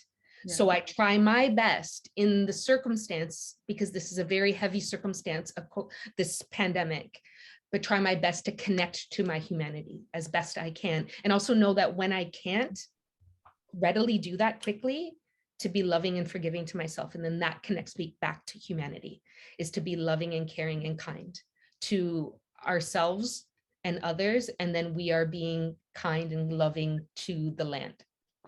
Wow, so powerful. And I want to thank all of our amazing panelists for sharing their powerful words, being so vulnerable and courageous in the space. We really appreciate your honesty, your truth, your wisdom that you've shared. Now, before we get in questions, I know some folks have asked for our the contact for our amazing panelists. So maybe while folks are sharing some questions in the Q&A function, I will quickly just mention our amazing panelists and how you can get in contact with them. Panelists, feel free to also share your contact information in the chat. But we had our first panelist, Yohanna, working at Women's Health in Women's Hands. I've shared their website here. She's also shared an amazing resource, and Jana Reese is sharing on her behalf. So please feel free to check that amazing resource. We also had Sarah here, and you can reach out. And Sarah, let me know if I'm correct or not, if folks can reach out at s.blacksimpson@gmail.com and continue supporting some of your amazing work in the community. We also had Walied Khogali, and you can follow Walied on social media at Walied Khogali on Instagram. And thank you, Sarah's also sharing some information, and Walied in the chat on how you can follow up with them and support their amazing work. And then we had Nochole Leveck, and you can reach out to them at twospirits.org or at wellness2spirits.org, or on social media, Facebook and Instagram, Nochole M. Leveck. And we just want to thank you all so much for sharing. And I want to encourage folks, if you have any questions, this is the time. We're asking folks to share in the Q&A function. It makes it easy for us to see the questions. And the panelists will have an opportunity to also review the Q&A and answer any questions that that they may feel comfortable or that they feel they have expertise to share with. So I did answer here the information for panelists. So thank you to anonymous attendee for that. We got to share that. And maybe I'll just read this one out loud if anyone wants to jump in. And then we'll give everyone a minute to do final closing thoughts. So I'll just read this one question. You can also find it in the Q&A function. And someone asked, what are some short-term and long-term tips for Black youth in school systems, and how social media and isolation can affect racialized teenagers feeling like having to be the voice of Black people in white institutions? So I'm hearing kind of a two-part piece. What are some tips, either short-term or long-term, that we can use to support Black youth, whether we're coming from Black families? Are we allies? Are we service providers? How do we support Black youth in school systems, and how social media and isolation can affect racialized teenagers? I know Sarah talked as well about the unique impact on young people that we're not talking about, really disconnecting them from their own communities, right? Youth build their own communities and their own systems of safety. What happens when that's all taken away from them? How do we help them, specifically Black youth? And I think the second piece is maybe this person, I'm just assuming, feels like they're the voice of Black people in white institutions. So what can we do if we are a Black person and we're having to constantly advocate? And what do we do if we want to be allies? And how do we step in so that Black folks aren't the ones constantly having to step in and name these gaps? So I just want to put that forward to the panel. If anyone wants to share any thoughts to one or both parts of the question, or share any resource or insight, we welcome you all to share your thoughts.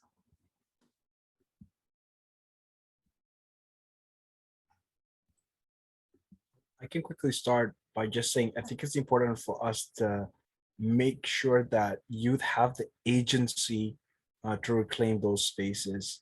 You know, when I think about, for example, you know, youth who, you know, through, you know, their own means have, you know, created community, and what this pandemic has done, especially when it comes to not just interactions amongst youth, but also access to educational resources.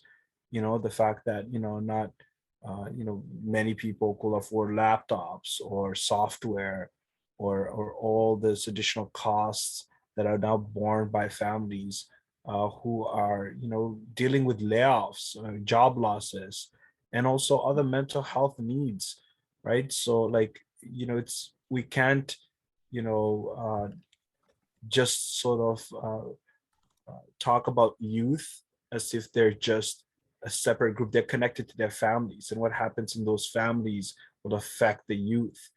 So you know, we have a role to protect young people, but also make sure that they have the agency when it comes to the solutions that they would like to see. And sometimes that means adults need to get out of the way and just listen, and not just, you know, assume or you know, basically plan for youth. I think youth are smart enough to be at the table to make decisions as well. So those are my thoughts. Thank you, Walied. Nochole, would you like to share anything? I saw you come off mute. Well, I left I never went on mute. I love it. You're right. You're always ready. Well, I welcome you, or Yohanna, Sarah, any thoughts that you may want to add for this comment that we got in the Q&A. And if not, hoping I understand it, the Yeah. questions correctly. But one thing I will just say quickly is having worked with young people now for many, many years. I'm still young, so I don't want to say how many years. I don't want to give my age away.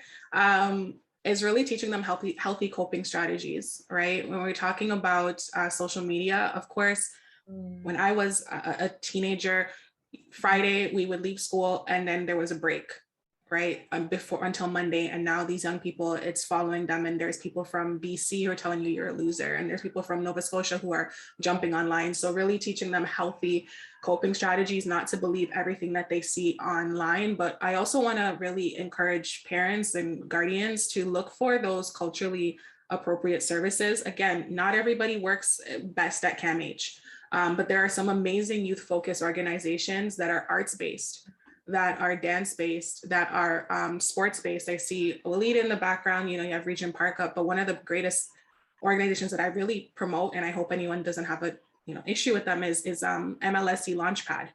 How they incorporate sports with physical and mental health. And I just question, why was that never a thing before, right? And I have heard many young Black men tell me that they like Launchpad because how amazing is it to go to a space where I can play basketball, and if I'm feeling depressed, I can go upstairs and talk to a counselor, right? Or I can tell my friends I'm going to go play basketball, but like low key, I'm going for counseling. So there's that, as we were talking about earlier, stigma is no one has to know why I'm there. So really teaching young people coping strategies, where to reach out to. And the last part of the question about how to be a voice in white institutions, it's not our job.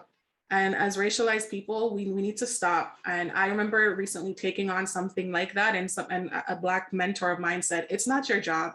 Your job is to go to school, get the degree, and come out.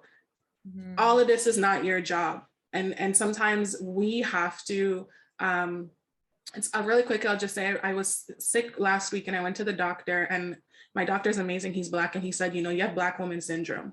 That's what you have. You take on everything and you just don't stop, and it's not your job.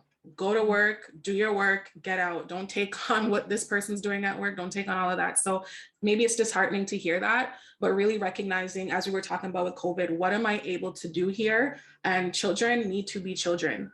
They need to come home, take off their backpack, watch Fresh Prince reruns, and talk to their friends online. They don't need to be, it's great that they are activists, but that's not their job.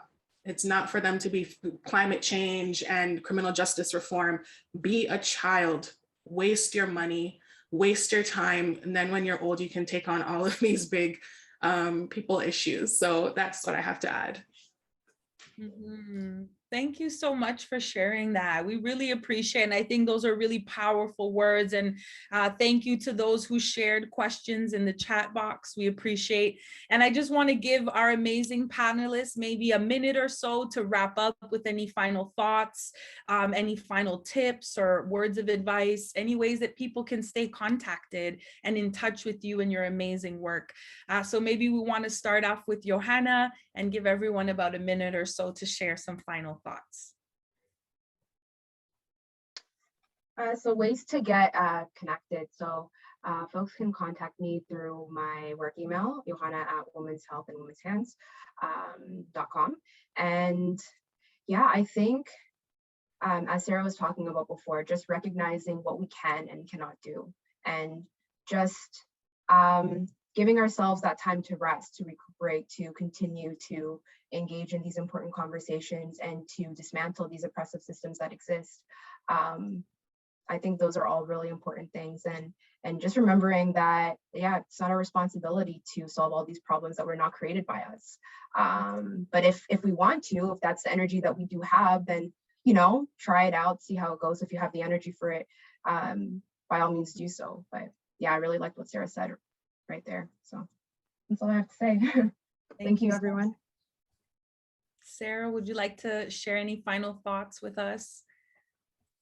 Yeah, I just want to say thanks so much for having me. It was wonderful meeting the three other panelists. But if anyone wants to contact me, I am at jack.org. So like I said, we are a youth mental health charity that is focused on supporting young people to reduce stigma and also increase help-seeking behavior. So you can catch me at Sabrina jack.org. And I just want to say, as we are all here, my role at the organization is Manager of Equity, Diversity, and Inclusion. And if you know young people who do want to get involved in amplifying the voices of whether they're Black, whether they're Indigenous, whether they're South Asian, please send them my way, because I do want to bring them into the conversation. So again, that's Sabrina@jack.org. And that's where you can find me. Thank you so much to the 3 other lovely panelists. Thank you so much, Sarah, for your thoughts. And Walied, would you like to share any final comments with us today? Yeah, first of all, I just want to thank our brilliant panelists. Thank you so much, Yohanna, Nicole, Sarah, and also our amazing MC, Wendy. I can be contacted via emails in the chat, as well as a phone number. And I also want to promote the Neighbourhood Pods project. You can also visit the Neighbourhood Pods website, and also send us an email. I'll also share that in the chat. And my final words is just to remind everyone that you're not alone, that we're all in it together, and that no matter what this pandemic brings forward, whatever crisis that comes next, I find solace and I find strength that our community really can deal with whatever comes next. When this pandemic first hit us and all the institutions were shut down, we were able to come together as a community and feed vulnerable members of the community. We give out over 10,500 meals in 1 month, and that would have not been possible without the power that's in you, that's in each one of you. So I just want to remind everyone that we have so much power in us as a community. And when we work together, there's so much that we could do, include change our system for the better, so that it's focused not just on equity, but on humanity, and also respects the lived experiences that makes us complex human beings. So thank you so much. Thank you. Nicole, any final thoughts for us today? I'm just really honored to be able to be here with you all, to be a part of this event. It's really beautiful. I loved our conversation. I loved how we really spoke about our youth and their agency, and that they bring something like very important to the table. Like, I love that, because sometimes I feel that we can forget about that, and how Sarah had mentioned about like that adult way of being. As you know, when we're in adulthood, sometimes we it wasn't that long ago that we were little ones, and we forget how much we wanted to have a voice and we wanted to have our agency, and how much beautiful knowledge that we have. And I love how that conversation, it was brought into this beautiful conversation today, because I think about that. I'm a mom of 3 children that are all different ages.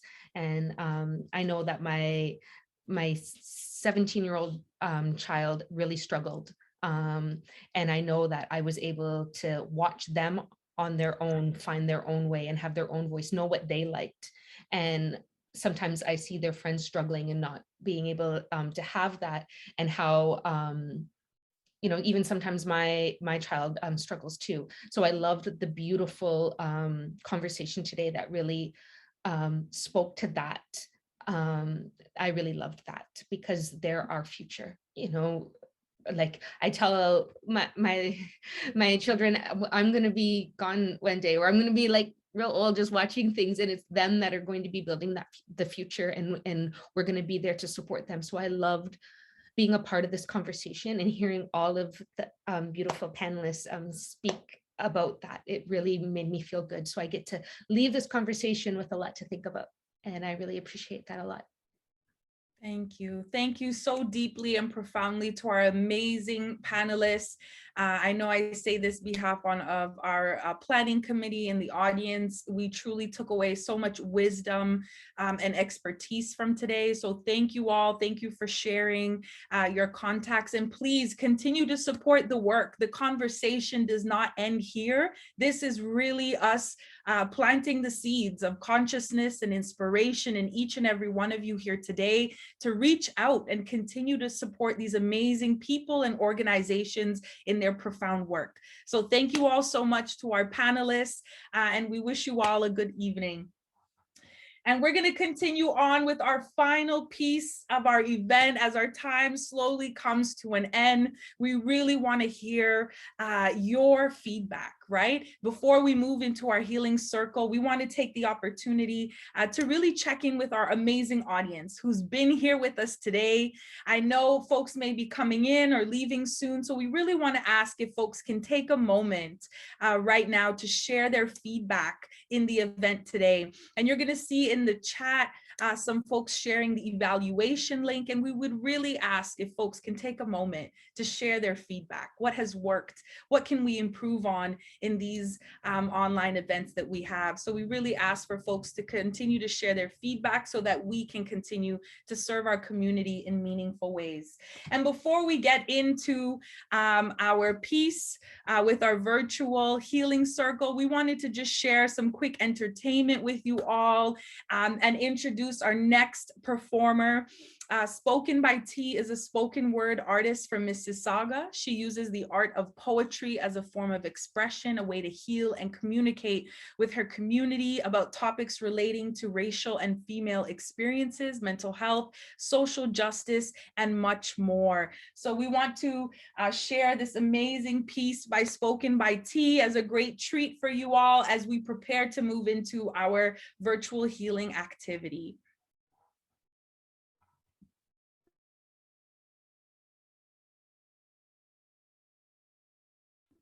Oh, and we're just going to check to make sure everyone can hear. The volume is on. Yes, so give us a moment as we cue in Spoken by T. That is part of this. Okay, thank you. Thank you to everyone who has me involved in this. Thank you, Walied, for putting this together. Every single organization that is part of this, I think that y'all are doing great things. I am grateful to be part of this. As you can tell, this is pre-recorded, so I am doing this a couple days in advance. But I'm just saying my thank yous to having, to everyone who put this together, and just to making sure that this is a conversation that's being had, especially during the pandemic, especially in Indigenous communities, in colored communities, Black communities, because I feel like mental health, it's still very stigmatized. Us dealing with our identities and dealing with who we are as people, and then just like external issues and stuff.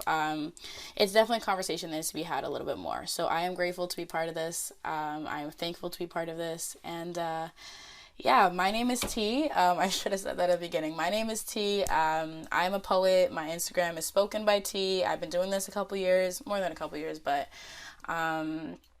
I am here and I am going to perform something called Then I Was Black.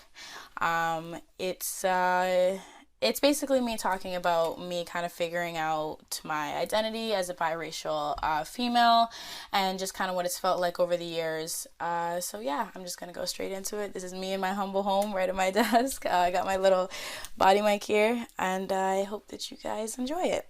Yeah, so. Okay. Then I was black. Now I'm mixed. But to some, I'm not worthy of a colored skin twist because I'm lighter than some. Hair textured differently, loose curls flows elegantly, nicely over my cheekbones, princessy vibes, eliminating me from connected culture ties, because this look, this shade, this hair, and this place makes me not one of the some that are marginalized, but because my parents kissed, I now deserve to be dissed by kind that is like me. You see, because I'm not dark enough to be pulled over at first glance. Hands up. Wide in stance, I am Caucasian or ethnic without any chance to prove my ethnicity. The hypocrisy sent towards me, kind that only knows suppression shouldn't suppress one of them. Half of them. Excluded from a group I feel for intensely. Eliminated from a group not with voices, but I see, I spy, she's not as dark as me. I see, who's this black girl wannabe? Want to see what it's like to be stuck in the middle? Misunderstood by those that should understand you. Learn to understand you, but they don't even learn to understand me, thinking ignoring the difference will eliminate the difference, glazing over elephants, permanent resident in my household. Minimal explanation may lead to complications, but will solidify the simple adaptations now. It was never spoken about until now. It's still not even spoken about even now, but it's like they say, if you pretend it's not there, eventually never be there, right? If I close my eyes, you can't see me, right? If you open your eyes, you won't see me, just fright of misplacement, understatement. I mean, I'm targeted with raised eyebrows after a fresh braid up. While there are people in beauty pageants trying to look like me without even trying to learn about my history, they can wash off the spray paint, go back to their own homes. Their tone is their map, always leading them to go, but they will never know the feeling of displacement in their own home.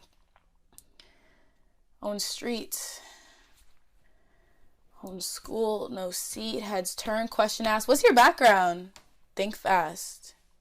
Be short and sweet, expect follow-ups. What's this mean? But your hair.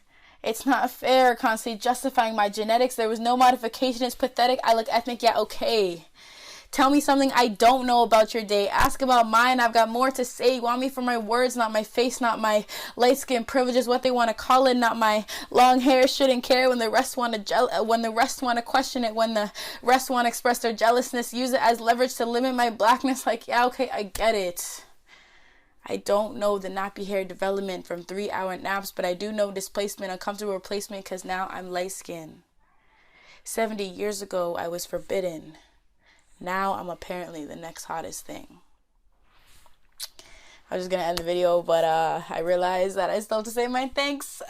So thank you again. Thank you for doing this. That was that. It's a fairly old piece. It's something that it's harder to talk about. Just be battling between my white side, my black side, all this stuff, trying to figure out where I fall, you know. So it's still something I'm definitely trying to figure out how to talk about, but I appreciate everyone involved in this project, everyone involved in this event who is giving me the space to do that and giving the space to a lot of other people to talk about these kind of things. So thank you. I appreciate it.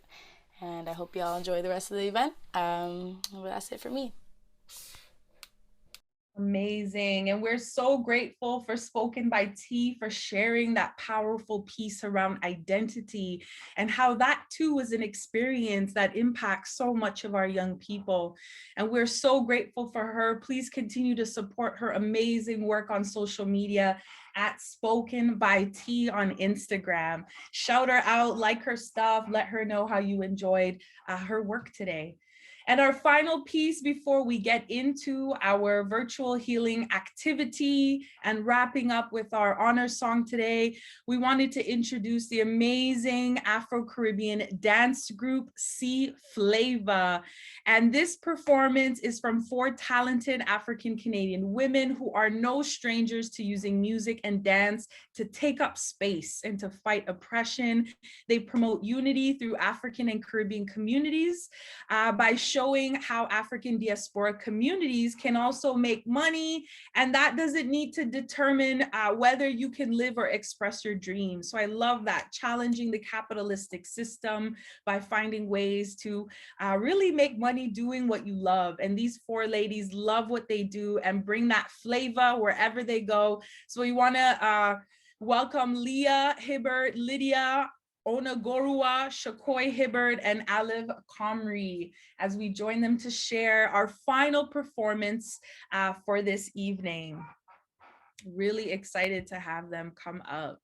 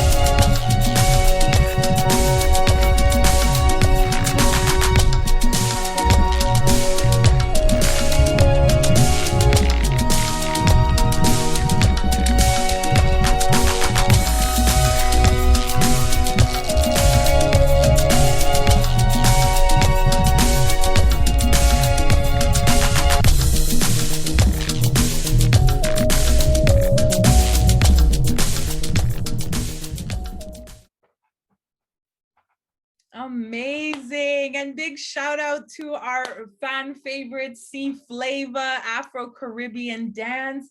I can see that the chat is lit up with amazing enthusiasm. And yes, I hope all the aunties got up from their chairs today and had an opportunity to get some self-care in, do those moves. Who love these vibes? I love that they really took us there with this awesome music video just for us. So shout out C-FLAVA, and please support their amazing work on social media at Book C-FLAVA. So thank you all so much for enjoying some of that. And as we get into our close or the final pieces of our event today, I wanted to take the opportunity to invite a very special guest as we enter our final pieces here. And I know our time is coming to an end, but we wanted to end with a really great interactive piece and introduce Chris Leonard, who's an amazing community healer, educator, activist. Chris Leonard is a private consultant who brings extensive experience supporting communities and workers impacted by loss.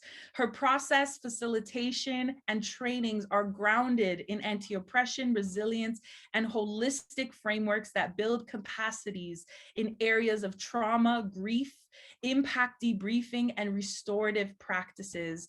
Over the past 30 years, Chris has held space for individuals and groups affected by HIV, survivors of sexual violence, youth, families, and workers impacted by gun violence, the overdose crisis, and other traumatic community losses. We have the special honor of welcoming the amazing Chris Leonard today to share some words and hopefully a swift activity that will leave us inspired to continuing to practice self-care and healing in our own lives. So I want to welcome Chris Leonard, who's joining us from somewhere sunny and beautiful, I hope. Barbados.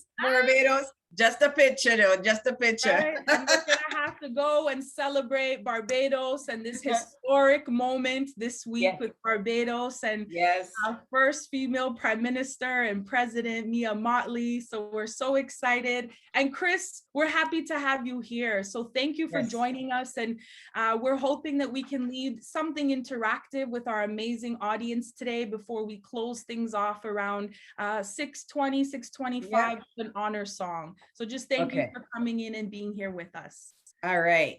Thank you, Wendy, and greetings. And thank you everyone for inviting me back once again to hold space. Truly, truly an honor for me to come. And, you know, for the time that we have left, I do want to say that let's just make the most of the time. And I want to start by inviting everyone on this call to just stop and take a pause. I want to invite you to breathe with me. Breathing in through your nose and exhaling through your mouth. Breathing in and exhaling and breathing in and exhaling.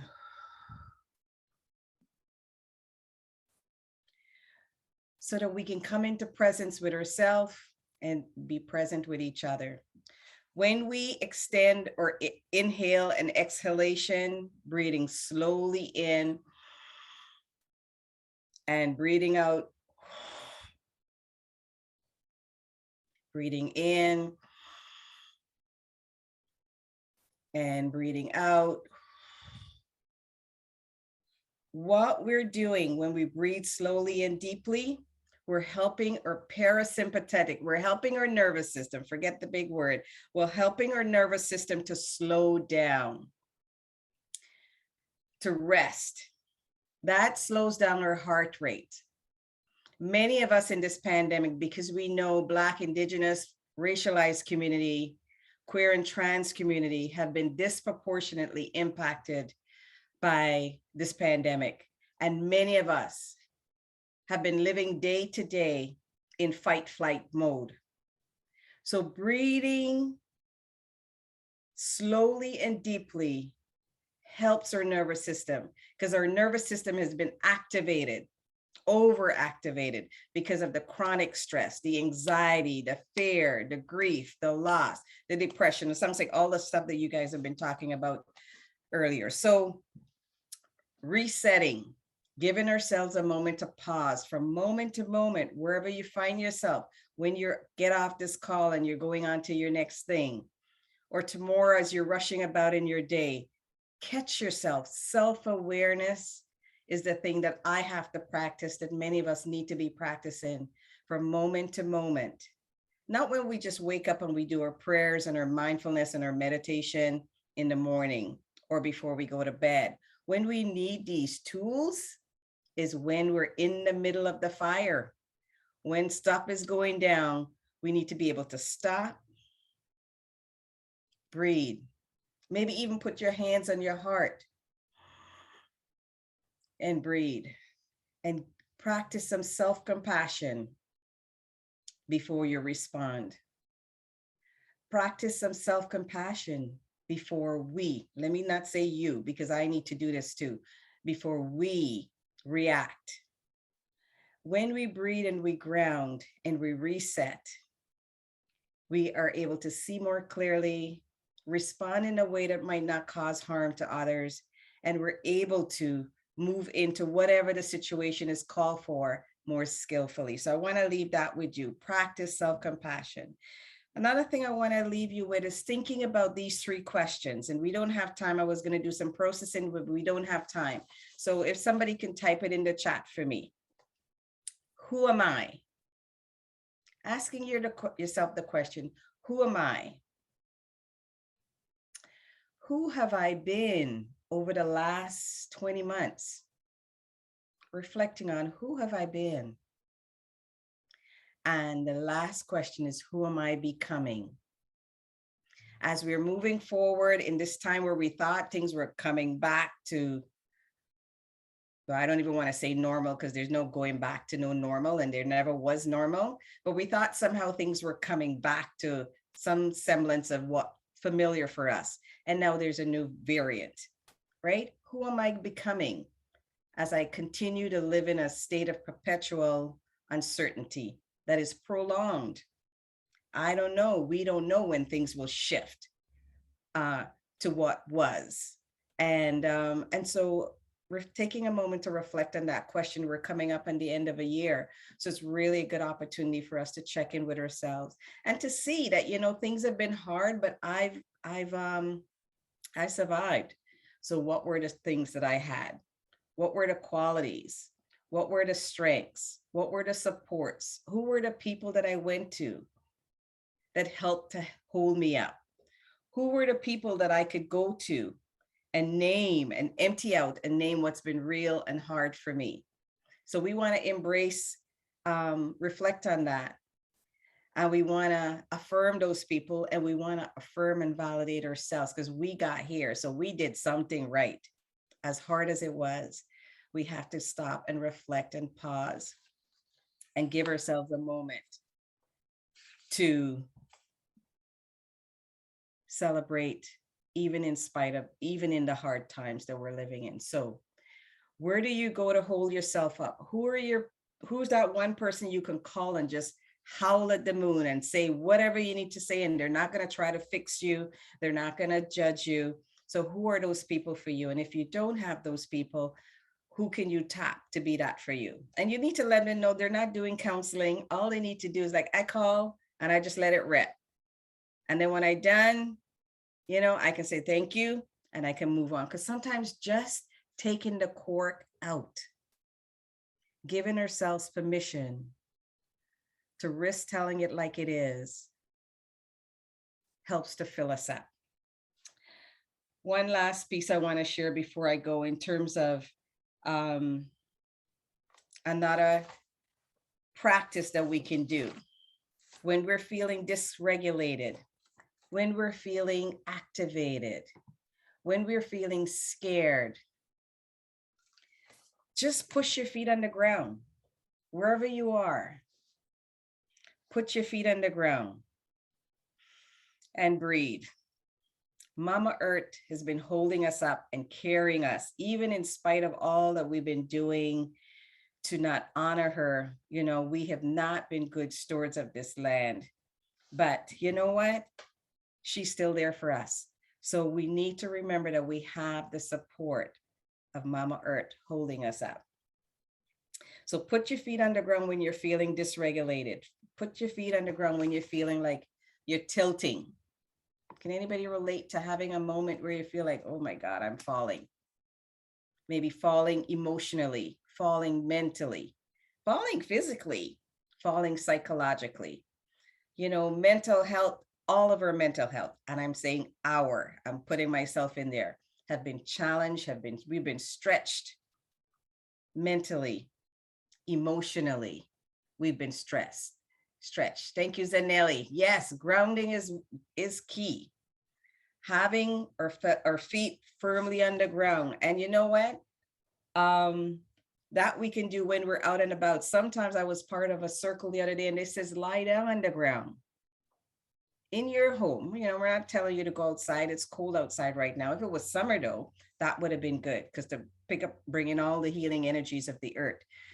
Lie on the ground. Let your heart, your belly, your hands touch the ground and just lie there and breathe. What you're doing is you're tapping into the energetic force, deep, deep, deep, deep, deep, deep, deep, that is nurturing us and that is sustaining us. So something else you can do. So these are all things you can do to resource yourself. So every moment of the day, you know, maybe have a little Post-it note in your laptop or in your bathroom mirror. How am I resourcing myself in this moment? Again, like I say, it's not something we do at the beginning of the day or the end of the day. We need it throughout the day. Checking in. Self-awareness is the competency. Noticing, how am I doing really? Being willing to acknowledge that to myself, you know, not so good. I'm rushing around like as we say, a blue bottom fly. But what am I choosing to do about it? I got to jump off this Zoom call and I got to jump on this next WebEx call. And then I'm going to this. I'm going to pause. When I hit that red leave, I'm going to pause. I'm going to take some deep, nourishing breaths. I'm going to put my foot on the ground and I'm going to breathe. And I'm going to reset. And I'm going to give myself permission to take space for me, because we take space. I know a number of you in this call make space for others. Can we make space for ourselves? So that's another thing I want to leave with you. Taking a moment, checking in. How am I doing really? How am I resourcing myself? Who are my go-to people? What am I doing to help me to hold steady? What are the physical things I can do? You know, people talk, eat well, get some sleep, drink lots of water, exercise, et cetera, et cetera. What are the emotional things that I'm doing? Am I letting myself express the full range of what's coming up for me? If it's sadness, am I giving myself permission to cry? If it's anger, am I giving myself permission to release it in a way that is safe for me and safe for those around me? If it's fear, am I giving myself permission to shake? You ever notice a child when they're scared, they go like, right? To shake it off, right? Whatever it is, we need to give ourselves permission to release it. And I'm going to share something with you that you can also do to deal with the emotions. So if you have your hands, they're energy points in our bodies that relates to different organs. So this is the spleen that relates to worry and anxiety. So you're worrying about something, and there are many of us who are worrying about, you know, our job, how many hours we're getting for work, being able to pay that bill, you know, maybe a conversation that I need to have with an intimate partner or with a colleague or with my boss, whoever. We're worried and anxious, getting, you know, being out and about. Do I need to get a booster? I don't want to get the vaccine. What do I do? So you're worried and anxious. Just breathe and hold your thumb. And just keep holding it as long as you need to until you feel like You're feeling the energy. You're feeling like movement, throbbing, pulsing. So breathing and holding the thumb. This deals with anxiety.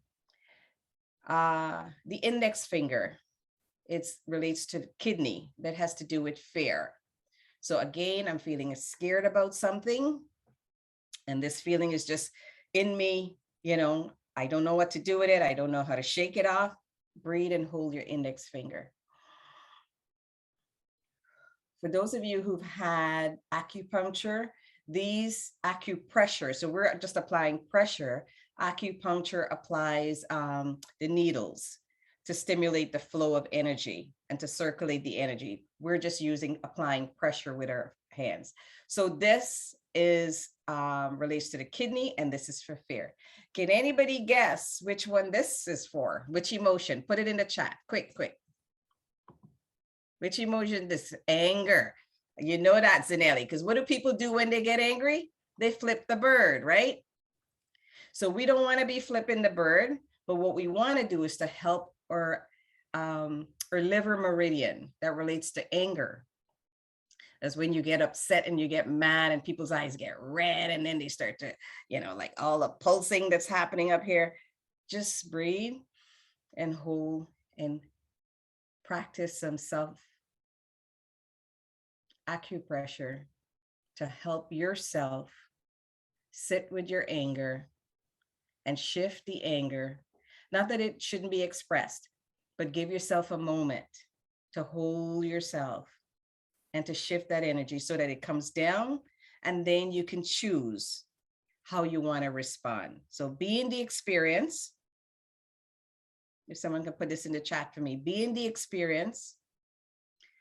Have your reactions. I'm mad, I'm pissed, I'm upset, I'm scared, I'm whatever. Be in the experience. Have your feelings, right? Choose how you respond. So be in the feelings, have your reactions, and choose your response. And we can choose a response in a more grounded, skillful way after we've regulated ourselves. So the middle one is for anger. And the ring finger relates to the lungs, that has to do with grief.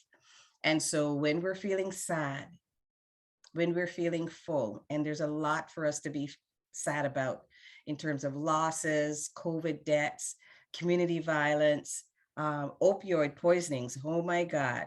For those of you who are working in this community, losing people, right? Or maybe someone getting sent away to do time, whatever it is, the grief, just grieving life as it was, you know, that no longer is because of this global pandemic. We can breathe and we can hold our, our ring finger. And then the last point, acupressure point, is our pinky finger. And this relates to our heart meridian, our spirit. And we want to have our spirit bright and vibrant and full of energy and capacity so that we can go and do the great work and continue to be resourced, or have our inner resource, and to be able to be a resource for community. But there are moments when we just feel depleted. There are moments when we feel diminished. We don't feel like our big, brilliant, engaged self. So what you want to do, excuse me, is to breathe and hold the pinky finger. So the spirit, the heart meridian relates to our Shen, or spirit, which is about, you know, sometimes when we just feel so small and we need to be like energized so we can get out there and kick ass and do whatever it is we need to do. We need to boost up our spirit. And so I'm going to stop here because I'm aware that there's a closing song, or I believe an elder, and I do want to be mindful of time. So sorry it was rushed, but hey, I hope you're taking something away, and you can put it in the chat as the closing healing song is playing. You can put in the chat anything you're taking away from this moment that we just shared. Blessings and peace and balance to everyone. Thank you. Thank you for Chris Leonard and her amazing work and reminders to take care of ourselves, and really easy and accessible ways to do that. And share in the chat, how did it feel to actually do the acupressure on yourself? What was the reaction? Did folks feel kind of like a flood of good feelings? Did you feel at ease? We'd love to know. And thank you, Chris, for giving us an express version of this activity today and sharing. I know the day has been full of great tips and conversations. So we are so appreciative to end with your beautiful energy and reminder to be gentle with ourselves, y'all, that we have made it through 2 years of, you know, some of the most challenging times historically, and we continue to be resilient. So tap into that resilience in our body that was mentioned earlier by Brenda Macintyre, by Chris Leonard today, that it lives within us. So thank you so much, Chris, for your support and guidance and your amazing energy in this space. Yeah. And you know what, Wendy, I just want to say one last thing that I meant to say, because I'm aware people were on this call since 3:30. And sitting on Zoom for this long is hard. So I want to say, when you get off this call, rub your hands together, okay, and generate the heat. Generate heat, and then just place your hands over your eyes. Ooh, open your eyelids, and like you're looking into the dark. And what you're going to be doing is energizing your eyes. That's really been working hard and intensely for the last 3 hours. So generate the heat, and then hold your hands over your eyes with your eyes open. Ooh, I needed that. I know we all need that. And we're going to do that today at the end. So thank you so much for that, Chris. And let's remember our eyes, our neck, our body, doing all of this amazing work so that we can be here and be present. So let's continue to take care of ourselves. And I can see the outpour of amazing love in the chat. So thank you so much, Chris, for your amazing work. And I'm just going to share here. We're actually going to go right into just sharing our evaluation. This is the last opportunity for folks to share their thoughts. We welcome your feedback. Let us know what activities you enjoyed today. It lets us know what our community needs, what's impacting and resonating with our community. Let us know what this experience was like, as it means so much to us and our funders and the people that make this event possible. So Zanila from Metrac has shared again the evaluation in the chat box, and we welcome you all to share your feedback. And as we come to an end, I know our time has gone very quickly. I just want to give a moment for us to, as we approach the end of our event, we wanted to invite Anthony Gladue back to the stage, an amazing educator and amazing artist who's going to close off today's event with an honor song in remembrance of all those impacted by gender-based violence. So we ask folks, we thank you for your patience and hanging in there with us and allowing us to really close this event in such a powerful way with Anthony and some final words. So thank you for your patience, for all of those who've been there with us throughout this event. And we'd like to welcome Anthony to share some words around the honor song. Thank you, Anthony. Thank you for joining us. Welcome. There we go. Hey everyone. How is everyone doing today? It's such an honor to be back here and to share this honor song. As you can see, I have my smudge out. And while Chris was talking, the similarities between the First Nations people of Canada is acknowledging those elements of life, to root ourselves like that tree, to drink the water, as you've seen me do. And that's a way we cleanse, we find balance in our life. What I want to do is acknowledge everything that's happened in the last couple of years. I acknowledge all 4 sacred directions. I acknowledge all the 4 sacred medicines: tobacco, sage, cedar, and sweetgrass. I'd like to acknowledge all living creatures, the 2-legged, the 4-legged, the winged, the fin, and all creatures of creation. I want to acknowledge the elements of life, the air that we breathe, the water that we drink, and the food that's in our bellies. So I'm going to share an honor song. Oh yeah, before I forget, I want to speak on the Every Child Matters as well. I want to acknowledge them as well. I don't want to forget about them, or our MMIWs, our missing brothers and sisters, and our missing sisters that are still a problem to this day.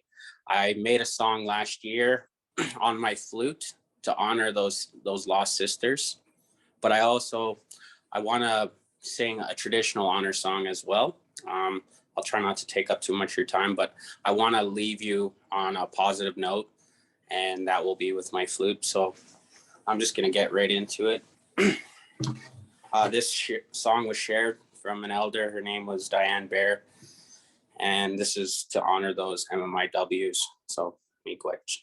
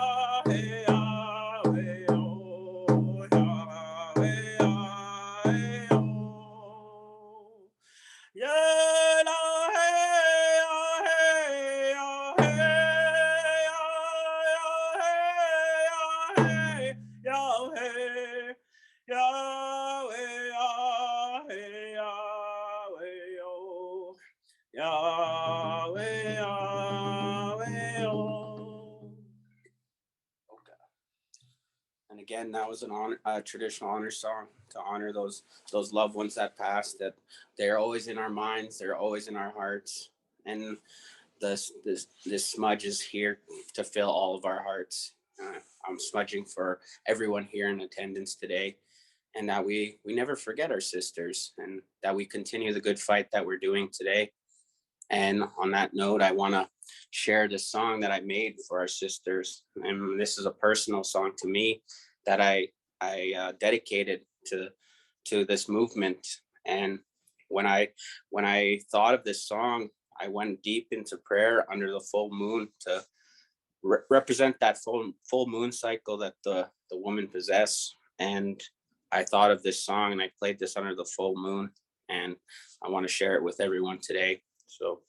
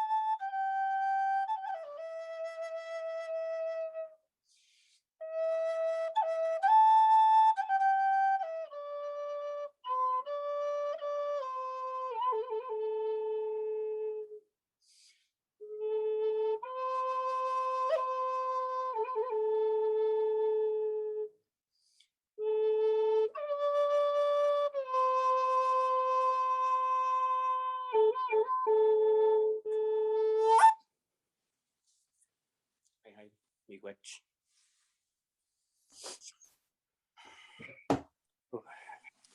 That song gets me emotional every time, but it's a good emotion, happiness.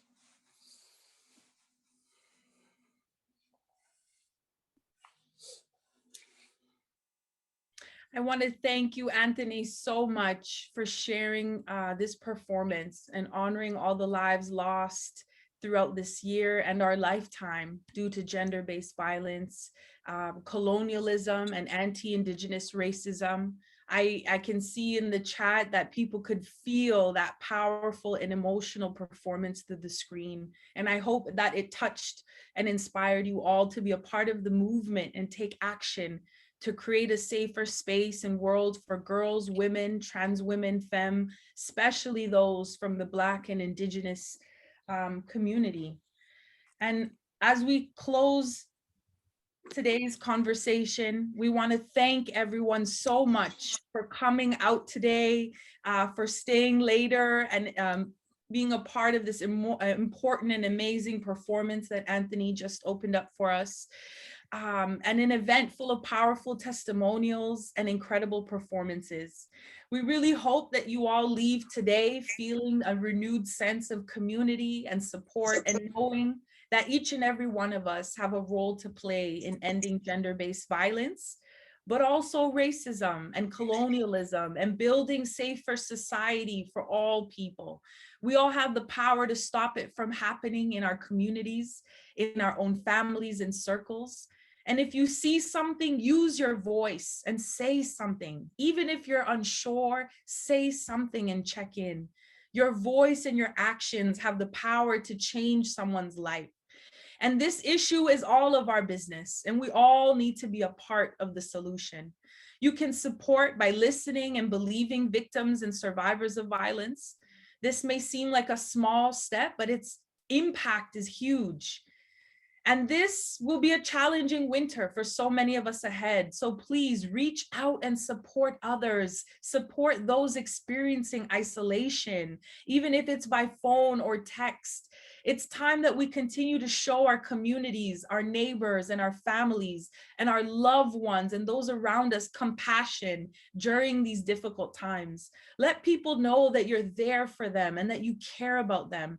No matter how big or small every act of compassion and action is, make it count in making this world a safer place for all.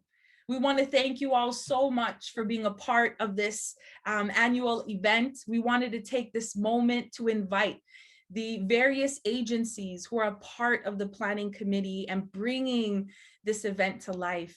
We wanted to call up and invite our dedicated planning committee members, and want to invite Yohanna Beraki, Malika Black, Natalie, Jang Bahodor, Munira Yusuf, Walied Khogali, Dana Khan, Sirleni Pessoa, Dana Riley, Norman Irish, and most importantly, Safia Hersey, who's been a part of leading, these organizing committees on behalf of TNG. We want to thank all of the amazing organizations that continue to make these events possible. And we want to thank our amazing audience for joining us today, and hope that we all get to reunite again in December 2022, and hopefully in person once again. Until then, be safe and stay strong, everyone. And we truly appreciate you being here and supporting these events. Thank you so much.